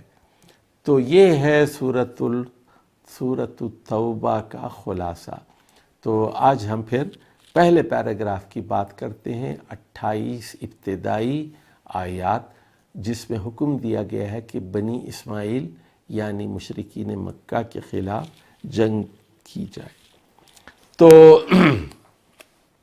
اب دیکھیے یہاں سورۃ التوبہ کے پہلی ہی آیت میں یہ بات کہی گئی، براءۃ من اللہ ورسولہ الی الذین عاہدتم من المشرکین، کہ ایک صلح حدیبیہ ہوئی تھی، اور صلح حدیبیہ یہ 6 ہجری کے آخر میں ہوئی تھی، لیکن پھر کیا ہوا کہ قریش نے معاہدہ توڑ ڈالا۔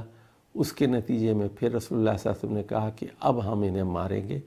8 ہجری میں آپ نے مکے پہ 10,000 لوگوں کو لے کر حملہ کیا۔ اب یہ 9 ہجری کی بات یہ آیتیں آ رہی ہیں۔ اچھا یہ بھی ذرا سمجھ لیجئے، اب 8 ہجری رمضان 8 ہجری میں فتح مکہ ہوئی، 3 مہینے کے بعد حج آیا، 8 ہجری کا حج۔ تو یہ 8 ہجری کا حج جاہلیت کے طریقے پر ہوا۔ اس کے بعد اگلے سال 9 ہجری کا حج آیا، تو رسول اللہ صلی اللہ علیہ وسلم نے حضرت ابو بکر کو امیر حج بنا کر بھیجا، اور اس کے بعد قرآن کی چند آیات سورہ توبہ کی نازل ہوئی، اور یا سورہ حج کی، تو وہ آیات پھر وہاں پڑھ کر سنائی گئیں۔ اور اس کے بعد پھر 10 ہجری میں نبی کریم صلی اللہ علیہ وسلم نے خود حج کیا، اپنی وفات سے 3 مہینے پہلے۔ تو یہ 8 ہجری کا حج، 9 ہجری کا حج اور 10 ہجری کا حج، یہ ذہن میں ہونا چاہیے آپ کے۔ اور اب یہ بات جو کچھ ہو رہی ہے 9 ہجری کی بات ہو رہی ہے۔ اللہ کہہ رہا ہے فَسِیحُوا فِی الْأَرْضِ 4 أَشْهُرٍ وَاعْلَمُوا أَنَّکُمْ غَیْرُ مُعْجِزِی اللّٰہِ وَأَنَّ اللّٰہِ مُخْزِی الْکَافِرِینَ۔ تو وَأَذَانٌ مِّنَ اللّٰہِ وَرَسُولِهِ إِلَى النَّاسِ يَوْمَ الْحَجِّ الْأَکْبَرِ أَنَّ اللّٰہِ بَرِیءٌ مِّنَ الْمُشْرِکِینَ وَرَسُولُهُ فَإِن تُبْتُمْ فَهُوَ خَیْرٌ لَکُمْ وَإِن تَوَلَّیْتُمْ فَاعْلَمُوا أَنَّکُمْ غَیْرُ مُعْجِزِی اللّٰہِ وَبَشِّرِ الَّذِینَ کَفَرُوا بِعَذَابٍ أَلِیمٍ إِلَّا الَّذِینَ عَاهَدتُّم مِّنَ الْمُشْرِکِینَ۔ اب دیکھیے فَسِیحُوا فِی الْأَرْضِ 4 أَشْهُرٍ، ادھر دیکھیے غور سے سمجھیے اس کو۔ 9 ہجری میں حج کے موقع پر الٹیمیٹم دیا جا رہا ہے حضرت ابو بکر صدیق کے ذریعے سے، 4 مہینے گھوم پھر لو، سیحوا فی الارض 4 أشہر۔ یعنی کہ یہ کب دیا جا رہا ہے؟ ذی الحج میں، یعنی محرم، صفر، ربیع الاول اور ربیع الثانی۔ ربیع الثانی کی 10 تاریخ کو 4 مہینے پورے ہو جائیں گے، تمہاری ایسی تیسی کر کے رکھیں گے، اور اب کوئی مشرک حرم میں نہیں آ سکتا، خانہ کعبہ میں نہیں آ سکتا۔ 4 مہینے ہیں تمہارے پاس، یا تو مسلمان ہو جاؤ یا تم کو بلاد عرب سے نکال دیا جائے گا۔ یہ ان کو الٹیمیٹم دے دیا گیا۔ اور اس کے بعد دیکھیے کہا گیا، ہاں ایکسیپشن اس میں ہے، إِلَّا الَّذِينَ عَاهَدتُّم مِّنَ الْمُشْرِکِینَ ثُمَّ لَمْ يَنْقُصُوكُمْ شَیْئًا۔ اب وہ جو معاہدہ ہوا تھا قریش کا، اس میں کچھ تو بے وفا ہو گئے تھے، اس میں باغی ہو گئے تھے، لیکن کچھ لوگ ابھی تک باوفا تھے، وہ معاہدے کو نہیں توڑا تھا۔ کہا کہ وہ معاہدہ جنہوں نے نہیں توڑا ان کے ساتھ ہمارا معاہدہ برقرار ہے، اور وَلَمْ يُظَاہِرُوا عَلَیکُم، انہوں نے آپ پر چڑھائی نہیں کی۔ اور تو اب ادھر دیکھیے ذرا غور سے سنیے، فَأَتِمُّوا إِلَیْہِمْ عَہْدَہُمْ إِلَى مُدَّتِہِمْ إِنَّ اللّٰهَ يُحِبُّ الْمُتَّقِینَ۔ یہاں متقین کا کیا مطلب ہے ذرا سمجھیے۔ متقین کا مطلب ہے بچنے والے، اللہ تعالیٰ بچنے والوں سے محبت کرتا ہے۔ تو جن لوگوں نے معاہدہ نہیں توڑا تو ان کو وہ پوری مدت پوری کرو، وَأَتِمُّوا إِلَيْهِمْ عَهْدَهُمْ إِلَى مُدَّتِهِمْ، تو جتنی مدت تک آپ نے ان کے ساتھ معاہدہ کیا تھا وہ قائم اور دائم ہیں، وفادار ہیں، تو معاہدہ پورا کرو۔ اللہ تعالیٰ متقین سے محبت کرتا ہے۔ یہاں مطلب ہے جو معاہدے کو نہیں توڑتے ہے۔ متقین کا کیا مطلب ہے؟ جو پیمان کو نہیں توڑتے، جو عہد کو نہیں توڑتے، پاسداری کرو۔ وَأَوْفُوا بِالْعَهْدِ، یعنی عہد کی پاسداری کرو۔ ان العہد کان مسئولا، عہد کے بارے میں قیامت کے دن باز پرس کی جائے گی۔ تو یہ ان کے بیانات ریکارڈ پر موجود ہیں۔ یہ بدترین سیاستدان ہے۔ یہ جو میکاویلی نے پرنس میں جن سیاستدانوں کا ذکر کیا تھا نا، یہ اسی طرح کا بد خصلت سیاستدان ہے یہ۔ تو اے مسلمانوں، اس فریب سے نکلو۔ ان اللہ یحب المتقین، اللہ ان لوگوں سے محبت کرتا ہے جو اپنے معاہدوں کی پاسداری کرتے ہیں۔ یہاں متقین کا مطلب ہے جو معاہدوں کو نہیں توڑتے۔ اس کے بعد کیا کہا اللہ نے؟ فَإِذَا انْسَلَخَ الْأَشْهُرُ الْحُرُمُ فَاقْتُلُوا الْمُشْرِكِينَ حَيْثُ وَجَدتُّمْ، جب 4 مہینے گزر جائیں، یعنی وہ محرم، صفر، ربیع الاول، ربیع الثانی آ جائے، تو پھر جہاں ان کو پکڑو، مارو۔ وَخُذُوهُمْ وَاحْصُرُوهُمْ، پکڑو، گھیرو اور ان کی گھات میں بیٹھو۔ ہاں اگر سنیے، اب 3 باتیں ہیں، غور سے سنیے۔ فَإِن تَابُوا، اگر وہ توبہ کریں، ایمان لے آئیں، وَأَقَامُوا الصَّلَاةَ، نماز قائم کریں، وَآتُوا الزَّكَاةَ فَخَلُّوا سَبِيلَهُمْ، ان کا راستہ چھوڑ دو۔ راستے میں 4 مہینے تک گھوم پھر سکتے ہیں یہ لوگ، لیکن اس کے بعد 4 مہینے کے بعد ان کے راستوں پہ بیٹھو، جہاں ملے مارو، ان کو گھیرو، پکڑو، قتل کرو۔ لیکن اگر یہ توبہ کریں، پلٹیں اور نماز قائم کریں اور زکوٰۃ دیں، پھر راستہ چھوڑ دیں۔ اس سے کیا بات معلوم ہوئی؟ سن لیجئے، ان کا ایمان اس وقت تک معتبر نہیں ہوگا جب تک کہ یہ نماز نہ پڑھیں اور زکوٰۃ نہ دیں۔ اس کا کیا مطلب ہوا؟ کہ جو نماز نہیں پڑھنے والا ہے اس کو بھی مارا جا سکتا ہے، قتل کیا جا سکتا ہے، اور جو زکوٰۃ نہیں دے گا اس کو بھی قتل کیا جائے گا، جیسا کہ بعد میں حضرت ابو بکر صدیق نے کیا۔ اور یہ یعنی رسول اللہ صلی اللہ علیہ وسلم کی وفات کے بعد 11 ہجری میں 12 ہجری میں کیا ہے۔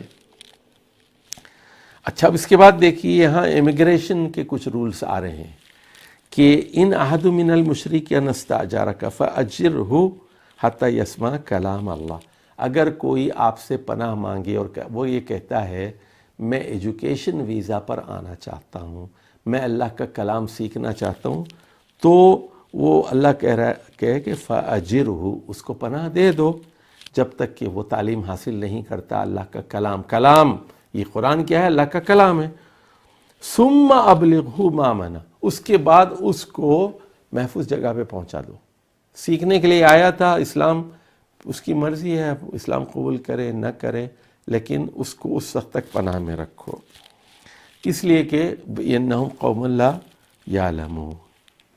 اور اس کے بعد جو ہے وہ بتایا جا رہا ہے کہ ان لوگوں نے خلاف ورزی کی، ان کے دین ایمان کا کوئی بھروسہ نہیں ہے۔ اس کے بعد دیکھیے آیت نمبر 11 میں کہا جا رہا ہے فَإِن تَابُوا وَأَقَامُوا الصَّلَاةَ وَآتَوُا الزَّكَاةَ فَإِخْوَانُكُمْ فِي الدِّينِ۔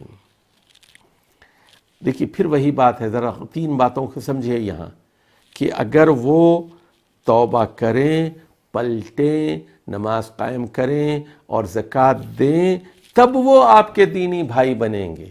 صرف لا الہ الا اللہ کہنے سے دینی بھائی مشرک نہیں بنیں گے، جب تک کہ نماز نہ پڑھیں گے اور زکوٰۃ نہ دیں گے۔ فَإِخْوَانُكُمْ فِي الدِّينِ، اس سے یہ بات معلوم ہوئی کہ یہ توحید کے بعد جو اہم ترین پلر ہیں وہ نماز اور زکوٰۃ ہے، اس کے بعد پھر روزوں کا معاملہ ہے، اس کے بعد پھر حج کا معاملہ ہے۔ اور اگر وہ عہد کو توڑ ڈالیں فَقَاتِلُوا أَئِمَّةَ الْكُفْرِ، تو ان کے تمام جو بڑے بڑے امام ہیں کفر کے، ان سب کو قتل کر دو۔ وَإِن نَكَثُوا أَيْمَانَهُمْ، وہ اگر اپنی قسموں کو، اپنے معاہدوں کو توڑ دیں، مِن بَعْدِ عَهْدِهِمْ، عہد کرنے کے بعد، وَطَعَنُوا فِي الدِّينِ، اور دین پر طعن کریں، تو فَقَاتِلُوا، سنیے اسی سے یہ استدلال بھی کیا گیا ہے، جو رسول اللہ صلی اللہ علیہ وسلم کو گالی دے گا اس کو قتل کیا جائے۔ طعنوا فی الدین، جو دین پر طعن کرے گا، اسلام پر تنقید کرے گا، اڑا دیا جائے گا۔ اور اللہ کہہ رہا ہے ان کے اماموں کو قتل کرو، فقاتلوا ائمۃ الکفر، کفر کے اماموں کو، لیڈروں کو، سرداروں کو، چوٹی کے جو ہیں قتل کرو۔ اور اس کے بعد اللہ سوال کرتا ہے الا تقاتلون قوما نکثوا ایمانہم وہموا باخراج الرسول، کہ آپ لوگ جنگ نہیں کریں گے ان لوگوں کے ساتھ جنہوں نے عہد کو توڑ ڈالا، جنہوں نے رسول اللہ صلی اللہ علیہ وسلم کو اپنے شہر سے نکال ڈالا، وہم بدؤکم اول مرہ، اور جنہوں نے شرارتوں کا آغاز خود کیا۔ اتخشونہم، کیا تم ان سے ڈرتے ہو؟ مشرکین سے ڈرتے ہو؟ مودی سے ڈرتے ہو؟ تخشونہم فاللہ احق ان تخشوہ، اللہ اس بات کا حقدار ہے اس سے ڈرا جائے۔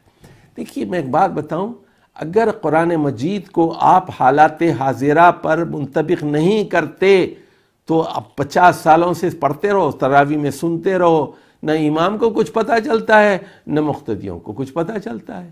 اپنے حالات پر منطبق کرو۔ یہ قرآن قیامت تک کے لیے ایک کتاب ہے، قیامت تک کے لیے۔ قرآن سے سبق حاصل کرو، عبرت حاصل کرو، سیکھو، یہ کتاب ہدایت ہے۔ تو اللہ سے ڈرو۔ اتخشونہم، کیا تم ان سے ڈرتے ہو؟ مشرکین سے ڈرتے ہو، ہندوؤں سے ڈرتے ہو، بت پرستوں سے ڈرتے ہو؟ فاللہ احق ان تخشوہ ان کنتم مؤمنین۔ قاتلوہم، اب سن لیجئے بہت اہم ٹکڑا ہے، ان سے جنگ کرو، ان سے جنگ کرو۔ یعذبہم اللہ بایدیکم، اللہ تمہارے ہاتھوں سے ان کو عذاب دینا چاہتا ہے۔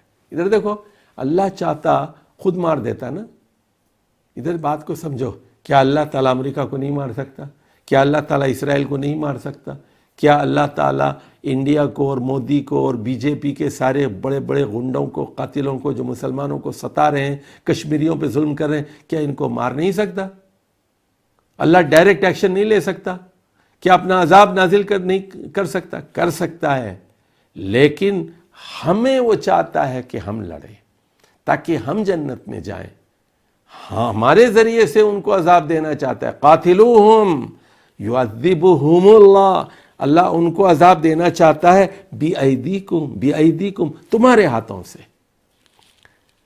وَيُخْزِهِمْ، ان کو رسوا کرنا چاہتا ہے۔ وَيَنْصُرُكُمْ عَلَيْهِمْ، اور ان پر تم لوگوں کو غالب کرنا چاہتا ہے، تمہاری مدد کرنا چاہتا ہے۔ وَيَشْفِ صُدُورَ قَوْمِ مُؤْمِنِينَ، اور مسلمانوں کے سینوں کی جلن کو دور کرنا چاہتا ہے۔ وَيُذْهِبَ غَيْظَ قُلُوبِهِمْ، ان کے غصے کو ٹھنڈا کرنا چاہتا ہے۔ وَيَتُوبُ اللَّهُ عَلَى مَن يَشَاءُ۔ اس کے بعد جو ہے یہ بات بتائی گئی کہ مساجد کی تعمیر وہ مسلمانوں کے لیے ضروری ہے۔ اور یہاں دیکھیے ایک آیت نمبر 19 بڑی اہم ہے، ذرا میں اس کو سمجھاتا ہوں۔ 19 اور 20 اس کو سمجھ لیجئے کہ ایک کام ہے، نرم کام ہے، ہلکا کام ہے۔ وہ کیا کام ہے؟ خانہ کعبہ چلے جائیے، اے سی میں بیٹھیے، حاجیوں کو پانی پلائیے، وہاں مستری بن جائیے، وہاں پلمبر بن جائیے، الیکٹرک درست کر دیا، پلمبنگ درست کر دیا، یہ کام کر لیجئے۔ اللہ کہہ رہا ہے کیا سمجھتے ہو تم؟ یہ ٹھنڈا بیٹھ کے وہاں طواف کرنا اور رکوع کرنا اور خانہ کعبہ کی تعمیر کرنا اور حاجیوں کو پانی پلانا، یہ کیا جہاد کے برابر ہو سکتا ہے؟ ریگستانوں میں، دھوپ میں، پہاڑوں کے اوپر کیا یہ دو کام برابر ہو سکتے ہیں؟ سنیے ذرا، اجعلتم سقایۃ الحاج، کیا تم نے بنا لیا حاجیوں کے پانی پلانے کو؟ وہ عمارت المسجد الحرام، اور مسجد کی تعمیر کو اس شخص کے کام کے برابر، کمن آمن باللہ، جو اللہ پر ایمان لایا، والیوم الآخر، قیامت کے دن پر ایمان لایا، وجاہد فی سبیل اللہ، اللہ کی راہ میں جہاد کیا، لا یستوون عند اللہ، اللہ کے نزدیک یہ دونوں لوگ برابر نہیں ہو سکتے۔ اس کو بھی درج ملے گا ریوارڈ خانہ کعبہ کی خدمت کا، لیکن یہ دونوں برابر نہیں ہیں۔ کہاں مجاہد فی سبیل اللہ اور کہاں وہاں اے سی میں بیٹھ کر وہ تعمیرات کا کام کرنا، حاجیوں کو پانی پلانا، گلاس میں بھر بھر کے دیتے جانا، وہ بھی نیکی کا کام ہے، لیکن برابر نہیں ہے۔ واللہ لا یہدی القوم الظالمین۔ اس کے بعد اللہ کیا کہتا ہے؟ الذین آمنوا، جو ایمان لائے، وہاجروا، ہجرت کی، وجاہدوا فی سبیل اللہ باموالہم وانفسہم، اور اللہ کی راہ میں مال سے، جان سے جہاد کیا، اعظم درجۃ عند اللہ، ان کے مقابلے میں درجات کے اعتبار سے یہ زیادہ عظیم ہے، اعظم درجۃ عند اللہ، اولئک هم الفائزون۔ اب اس کے بعد یہ آیت نمبر 24 بڑی اہم ہے، ذرا مسلمانوں کے لیے بہت اہم ہے۔ اس پوری جو سورۃ التوبہ کا یوں سمجھ لیجئے کہ یہ مکھن ہے۔ یہ یا ایھا الذین آمنو، دیکھیے جہاد کے بارے میں بات ہو رہی ہے۔ اے لوگو ادھر دیکھیے ذرا، یہاں ایک تقابل ہے، اس طرف 8 چیزیں ہیں، اس طرف 3 چیزیں ہیں، ذرا اس کو سمجھ لیجئے۔ یا ایھا الذین آمنوا لا تتخذوا آباءکم واخوانکم اولیاء ان استحبوا الکفر علی الایمان، تم لوگ اپنے آبا کو، اپنے بھائیوں کو اپنا سرپرست نہ بناؤ اگر وہ ایمان پر کفر کو ترجیح دیں۔ کیا مطلب ہے؟ تمہارے اپنے رشتہ دار بہت سارے ابھی تک کافر ہیں، تو رشتہ داری سے زیادہ چیز ایمان ہے، یہ بات ہو گئی۔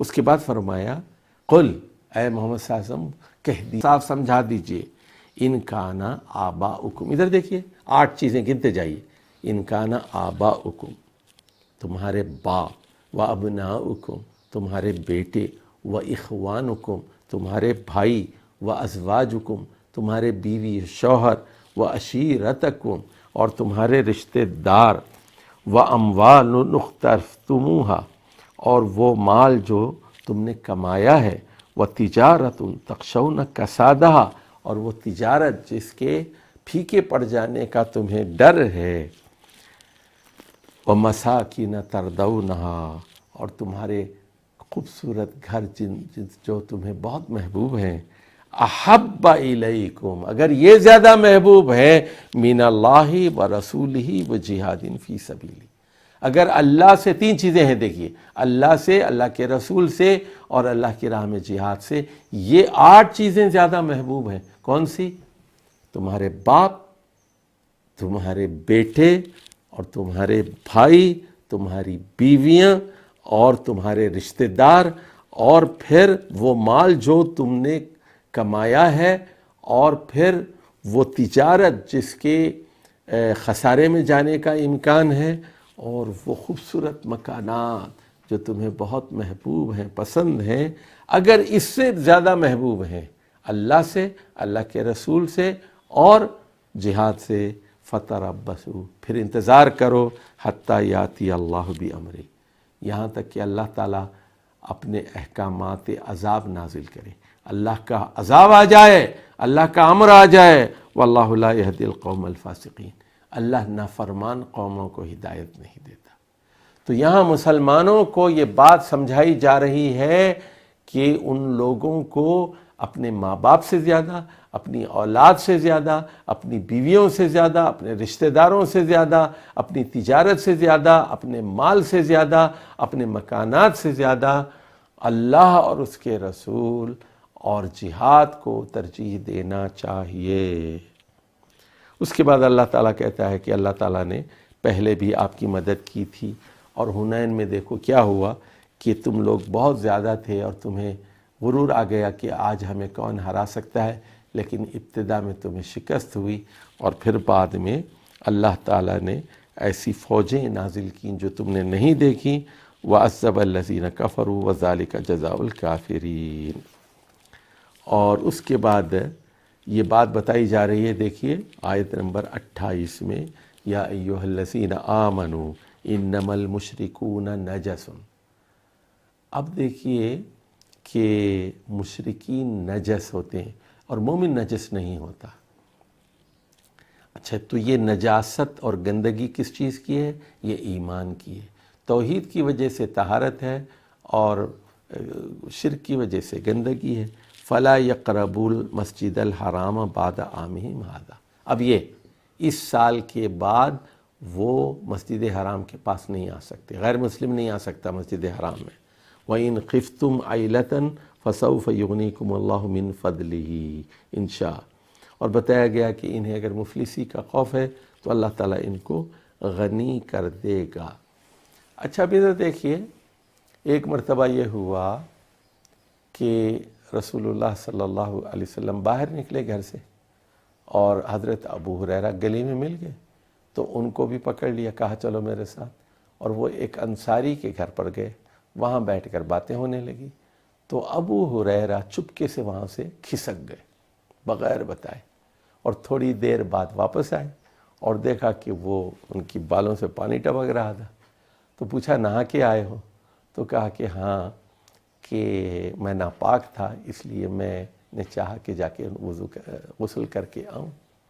تو فرمایا کہ مومن نجس نہیں ہوتا، یعنی نماز کے لیے طہارت ضروری ہے، ویسے لوگوں سے بات چیت کرنے کے لیے کوئی ممانعت نہیں ہے، مومن پاک ہی ہوتا ہے، تو مومن نجس نہیں ہوتا یہاں، لیکن مشرک نجس ہوتا ہے، انما المشرکون نجس۔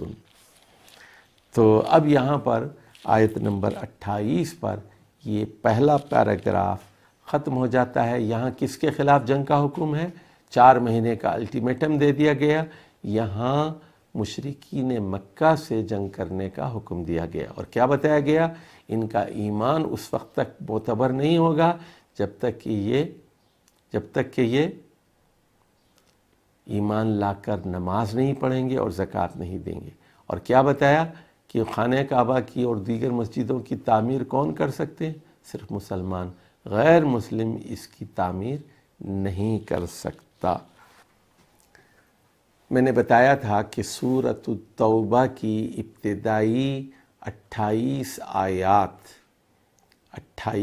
آیات یہ مشرکین مکہ کے خلاف جنگ کے احکامات پر مشتمل تھیں۔ اب ہم بات کریں گے آیت نمبر 29 سے 35 تک 7 آیات۔ اس میں بتایا گیا ہے کہ اہل کتاب کے خلاف بھی جنگ کی جائے، یعنی بنی اسرائیل کے خلاف بھی جنگ ہو۔ اب ذرا غور سے بات سمجھیے، یہ آیت نمبر 29 ہے، اور یہ بات بھی بتانا شاید یہاں مناسب ہے کہ ہمارے ہاں جو ایک ڈکٹیٹر مشرف صاحب آئے تھے، انہوں نے امریکہ کے دباؤ پر اس آیت کو نصاب سے نکلوا دیا تھا، انٹرمیڈیٹ کے نصاب سے نکلوا دیا تھا، کیونکہ اس آیت میں اہل کتاب سے جنگ کا حکم دیا گیا ہے۔ قاتلوا الذین لا یؤمنون باللہ ولا بالیوم الآخر ولا یحرمون ما حرم اللہ ورسولہ ولا یدینون دین الحق من الذین اوتوا الکتاب قاتلوا الذین من الذین اوتوا الکتاب، جنگ کرو، قتال کرو ان لوگوں کے ساتھ جنہیں کتاب دی گئی تھی، حتی یؤتوا الجزیۃ عن ید، جب تک کہ وہ اپنے ہاتھ سے جزیہ نہیں دیتے، وہم صاغرون، اور وہ اسلامی حکومت کے ماتحت بن کر، چھوٹے بن کر نہیں رہتے، صاغر بن کے نہیں رہتے، وہم صاغرون۔ ذرا اس کو سمجھ لیجیے۔ اب جب رسول اللہ صلی اللہ علیہ وسلم تبوک پہنچے تو وہاں پر تبوک کا علاقہ آپ جانتے ہیں کہ یہ اردن کے جنوب میں ہے، سعودی عرب کا علاقہ ہے، آخری ادھر کا، شمالی سرحد ہے، اس کے بعد اردن ہے، اور اردن کے بعد فلسطین کا علاقہ شروع ہو جاتا ہے، اور اس کے آگے پھر شام کا علاقہ ہے۔ تو یہ آج موجودہ نقشے کے مطابق یہاں 3 ریاستیں ہیں۔ تو یہاں پر بہت سارے لوگ مشرک تھے، کچھ عیسائی تھے، اور یہ رومن ایمپائر کو، اور جن کا پائے تخت اس وقت استنبول تھا، اور استنبول سے پہلے اس کا نام قسطنطنیہ تھا، قسطنطنیہ، تو کانسٹنٹائن پول جسے آپ کہتے ہیں، تو وہ کانسٹنٹائن کے نام سے، قسطنطین کے نام سے وہ شہر تھا، جس کا بعد میں نام استنبول یا اسلامبول رکھا گیا۔ تو وہ ان کا پائے تخت تھا رومنز کا۔ تو یہ جو عرب حکومتیں تھیں، شام کی، اردن کی، فلسطین کی، اور ان کے جو قبائل تھے، یہ ان کو ٹیکس دیتے تھے، اور ان کی چودراہٹ تھی، ان کی یہ باج گزار تھی۔ رسول اللہ صلی اللہ علیہ وسلم نے کیا کیا، وہاں بیٹھ گئے تبوک میں، اب سفیروں کو مختلف جگہ بھیجا، تو انہوں نے کہا کہ ہم مدینے کی ریاست کو تسلیم کرتے ہیں، اور وہاں سے ہم نے اپنے آپ کو آزاد کر لیا ہے۔ تو ان میں کچھ عیسائی لوگ بھی تھے، عیسائی حکومتیں بھی تھیں، عیسائی قبائل بھی تھے، اور یہ لوگ پھر ان کو کہا گیا یا تو جزیے کے لیے تیار ہو جائیے، جنگ کے لیے۔ انہوں نے کہا ہم جزیہ دینے کے لیے تیار ہیں، اور ورنہ پھر ان سے جنگ کی جائے۔ تو حتیٰ یؤتوا الجزیۃ عن ید وہم صاغرون۔ اچھا، اس سے ایک بات معلوم ہوتی ہے، ذرا سمجھیے کہ حکمرانی کا حق اسلام کو ہے، کیونکہ اسلام سچا دین ہے، اسلام کے پاس آخری کتاب ہے، سچی کتاب ہے، تحریف کے بغیر کتاب ہے، آخری رسول کی قیادت میں یہاں ہدایات موجود ہیں۔ اس کے برخلاف ان کے ہاں ساری چیزیں بگڑ چکی ہیں۔ تو حکمرانی کا حق صرف اہل حق کو ہے، اہل توحید کو ہے۔ زبردستی نہیں کی جائے گی ان سے، ان کو زبردستی مسلمان ہونے کی ضرورت نہیں ہے، لیکن حکومت مسلمان کریں گے، نیک مسلمان کریں گے، عادل مسلمان کریں گے، ان کو جزیہ دینا ہوگا۔ انہیں حکومت کا اختیار نہیں دیا گیا ان کو۔ اور اس کے بعد اب یہاں ان کے خلاف چارج شیٹ ہے۔ کیوں ان کے خلاف جنگ کی جائے؟ بتایا جا رہا ہے قالت الیہود عزیر ابن اللہ وقالت النصارى المسیح ابن اللہ ذلک قولہم بافواہہم۔ تو کہا کہ یہود کہتے ہیں کہ عزیر اللہ کے بیٹے ہیں، اور عیسائی کہتے ہیں کہ حضرت مسیح اللہ کے بیٹے ہیں۔ یہ بات ان کی زبانوں سے، ہونٹوں سے نکلتی ہے، اور دیکھا دیکھی لوگوں کی یہ بات کہتے ہیں قاتلہم اللہ، اللہ کی ان پر لعنت ہو۔ کیسے یہ گھمائے پھرائے جا رہے۔ اب دیکھیے ان کے علماء کے بارے میں کیا کہا گیا، اور عام لوگوں کے بارے میں کیا کہا گیا۔ یعنی یہود و نصارہ کے عام لوگ کیا ہیں؟ اتخذوا احبارہم و رہبانہم اربابا من دون اللہ والمسیح ابن مریم۔ انہوں نے اپنے احبار کو، احبار کہتے ہیں حبر کی جمع ہے یہودی علماء کو، احبار۔ رہبان کہتے ہیں خاص طور پر عیسائی، تاریخ الدنیا فقیر، صوفیز کو رہبان کہتے ہیں، راہب کی رہبان، جو شادی نہیں کرتے، جسم کو تکلیفیں دیتے ہیں، اور یہ رہبان ہیں۔ ان کو عوام نے کیا کیا؟ اللہ کو چھوڑ کر ان کو رب بنا لیا، اور عیسیٰ ابن مریم کی پوجا شروع کر دی۔ وما امروا الا لیعبدوا اللہ لیعبدوا الہا واحد۔ حالانکہ ان کو حکم صرف ایک اللہ کی عبادت کا دیا گیا تھا، لا الہ الا ہو، اس کے علاوہ کوئی الہ نہیں۔ سبحانہ عما یشرکون، اللہ بے عیب ہے کہ اس کے ساتھ یہ جو شرک کر رہے ہیں۔ اچھا، اب ذرا غور فرمائیے کہ انہوں نے کیا کیا تھا، یہ دو نصارہ نے؟ انہوں نے اپنے علماء کو، اپنے رہبان کو ارباب بنا لیا تھا، رب بنا لیا تھا۔ تو حضرت عدی بن حاتم رضی اللہ تعالیٰ عنہ نے، جو پہلے عیسائی تھے، حاتم تائی کے بیٹے تھے، تو یہ مشرک تھے، اس کے بعد یہ عیسائی ہو گئے، اور اس کے بعد پھر یہ مسلمان ہوئے۔ تو انہوں نے کہا کہ اللہ کے رسول، یہود و نصارہ تو علماء اور احبار اور رہبان کو، تارک الدنیا فقیروں کو، درویشوں کو، راہبوں کو، ان کو تو خدا نہیں بناتے۔ تو یہ کیا قرآن کہہ رہا ہے؟ تو رسول اللہ صلی اللہ علیہ وسلم نے کہا کیا ان کے علماء جو حلال و حرام مقرر کرتے ہیں عوام ان کی پیروی نہیں کرتے؟ تورات انجیل کچھ اور کہتی ہیں، علماء کچھ اور کہتے ہیں، تو یہ تورات انجیل کو چھوڑ کر علماء کی پیروی کرتے ہیں۔ یہ مطلب ہے اس کا کہ وہ علماء کو رب بنا لیتے ہیں، اربابہم من دون اللہ۔ یعنی کیا مطلب ہے یہاں مطلب ہے کہ اللہ کے احکامات میں شرک کرتے ہیں، اللہ کے قانون میں شرک کرتے ہیں۔ یہاں رب سے مراد یعنی ان کی پوجا عبادت نہیں ہے، یہاں ان کی لیڈرشپ کی پیروی اور اطاعت مراد ہے۔ اور اس کے بعد یہ بات بتائی گئی کہ یا ایھا الذین آمنو، اے لوگو جو ایمان لائے ہو، سنو، ان کثیرا من الاحبار والرہبان لیاکلون اموال الناس بالباطل۔ اے لوگو جو ایمان لائے ہو، اے مسلمانوں، غور سے سنو، زیادہ تر رہبان، زیادہ تر احبار، زیادہ تر یہودی علماء اور ان کے جو پیر صاحب ہیں رہبان، جو رہبانیت کا ناٹک اور بحروب رچاتے ہیں، یہ لوگوں کا مال باطل طریقے سے کھاتے ہیں۔ دیکھیے آج ہمارے ملک میں بھی دیکھیے، یہ بڑے بڑے زمیندار بھی ہیں اور بڑے بڑے پیر بھی ہیں اور بڑے بڑے سیاستدان بھی ہیں، تو یہ کیا کرتے ہیں؟ مریدوں سے مال وصول کرتے ہیں، مریدوں سے شیرینی وصول کرتے ہیں، مریدوں کے چندے سے پلے ہوئے ہیں، ان کا خون مریدوں کے پیسے سے بنا ہے، ان کا گوشت مریدوں کی کھال سے بنا ہے۔ ان کا یاکلون لیاکلون اموال الناس بالباطل۔ علماء اور رہبان اوپر جو ہے تصوف کا لبادہ ہے، فقیری اور درویشی کا لبادہ ہے، اندر ان کی عیاشیاں ہیں۔ وَيَصُدُّونَ عَن سَبِيلِ اللَّهِ، نماز نہیں پڑھتے، اللہ کے راستے سے روکتے ہیں، اور پھر سنیے زکوٰۃ نہیں دیتے۔ یہ بڑے بڑے زمیندار ہیں، لوگوں سے پیسے وصول کرتے ہیں، زکوٰۃ نہیں دیتے۔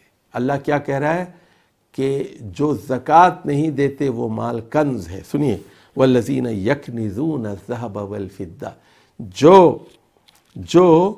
چاندی اور سونا جمع کرتے ہیں، وَلَا يُنْفِقُونَهَا فِي سَبِيلِ اللَّهِ، اللہ کی راہ میں خرچ نہیں کرتے، فَبَشِّرْهُمْ بِعَذَابٍ عَلِيمٍ، ان کو دردناک عذاب کی خوشخبری دے دو۔ یوم یحمى علیہا فی نار جہنم فتکوی بہا جباہہم وجنوبہم وظہورہم ھذا ما کنزتم لانفسکم فذوقوا ما کنتم تکنزون۔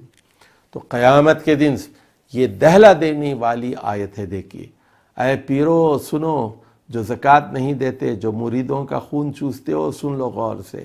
اللہ کہہ رہا ہے کہ اے علماء، اس میں علماء بھی شامل ہیں، یہودی علماء بھی، عیسائی بھی، یہ لوگ کیا کرتے ہیں؟ یہ ہے اہل کتاب کے خلاف فرد جرم، چارج شیٹ۔ یہ لوگ کیا کرتے ہیں؟ پیسہ بٹورتے ہیں باطل طریقے۔ تو قیامت کے دن یہی دولت، یہی سونا، یہ چاندی، اس کو گرم کیا جائے گا، اس سے، اس چاندی اور سونے کی سلاخوں سے ان کی پیشانی کو، ان کی بازوؤں کو اور ان کی پیٹھوں کو داغا جائے گا اور کہا جائے گا ھذا ما کنزتم لانفسکم، یہ ہے جو تم نے اپنے آپ کے لیے جمع کیا تھا، فذوقوا ما کنتم تکنزون، چکھو اس عذاب کا مزہ جو تم جمع کرتے رہے ہو۔ تو یہ ہے زکوٰۃ نہ دینے کا انجام، اور یہ ہے وہ رویہ جو اہل کتاب کے احبار اور رہبان، ان کے علماء اور درویش اختیار کیا کرتے تھے۔ والسلام علیکم ورحمۃ اللہ وبرکاتہ۔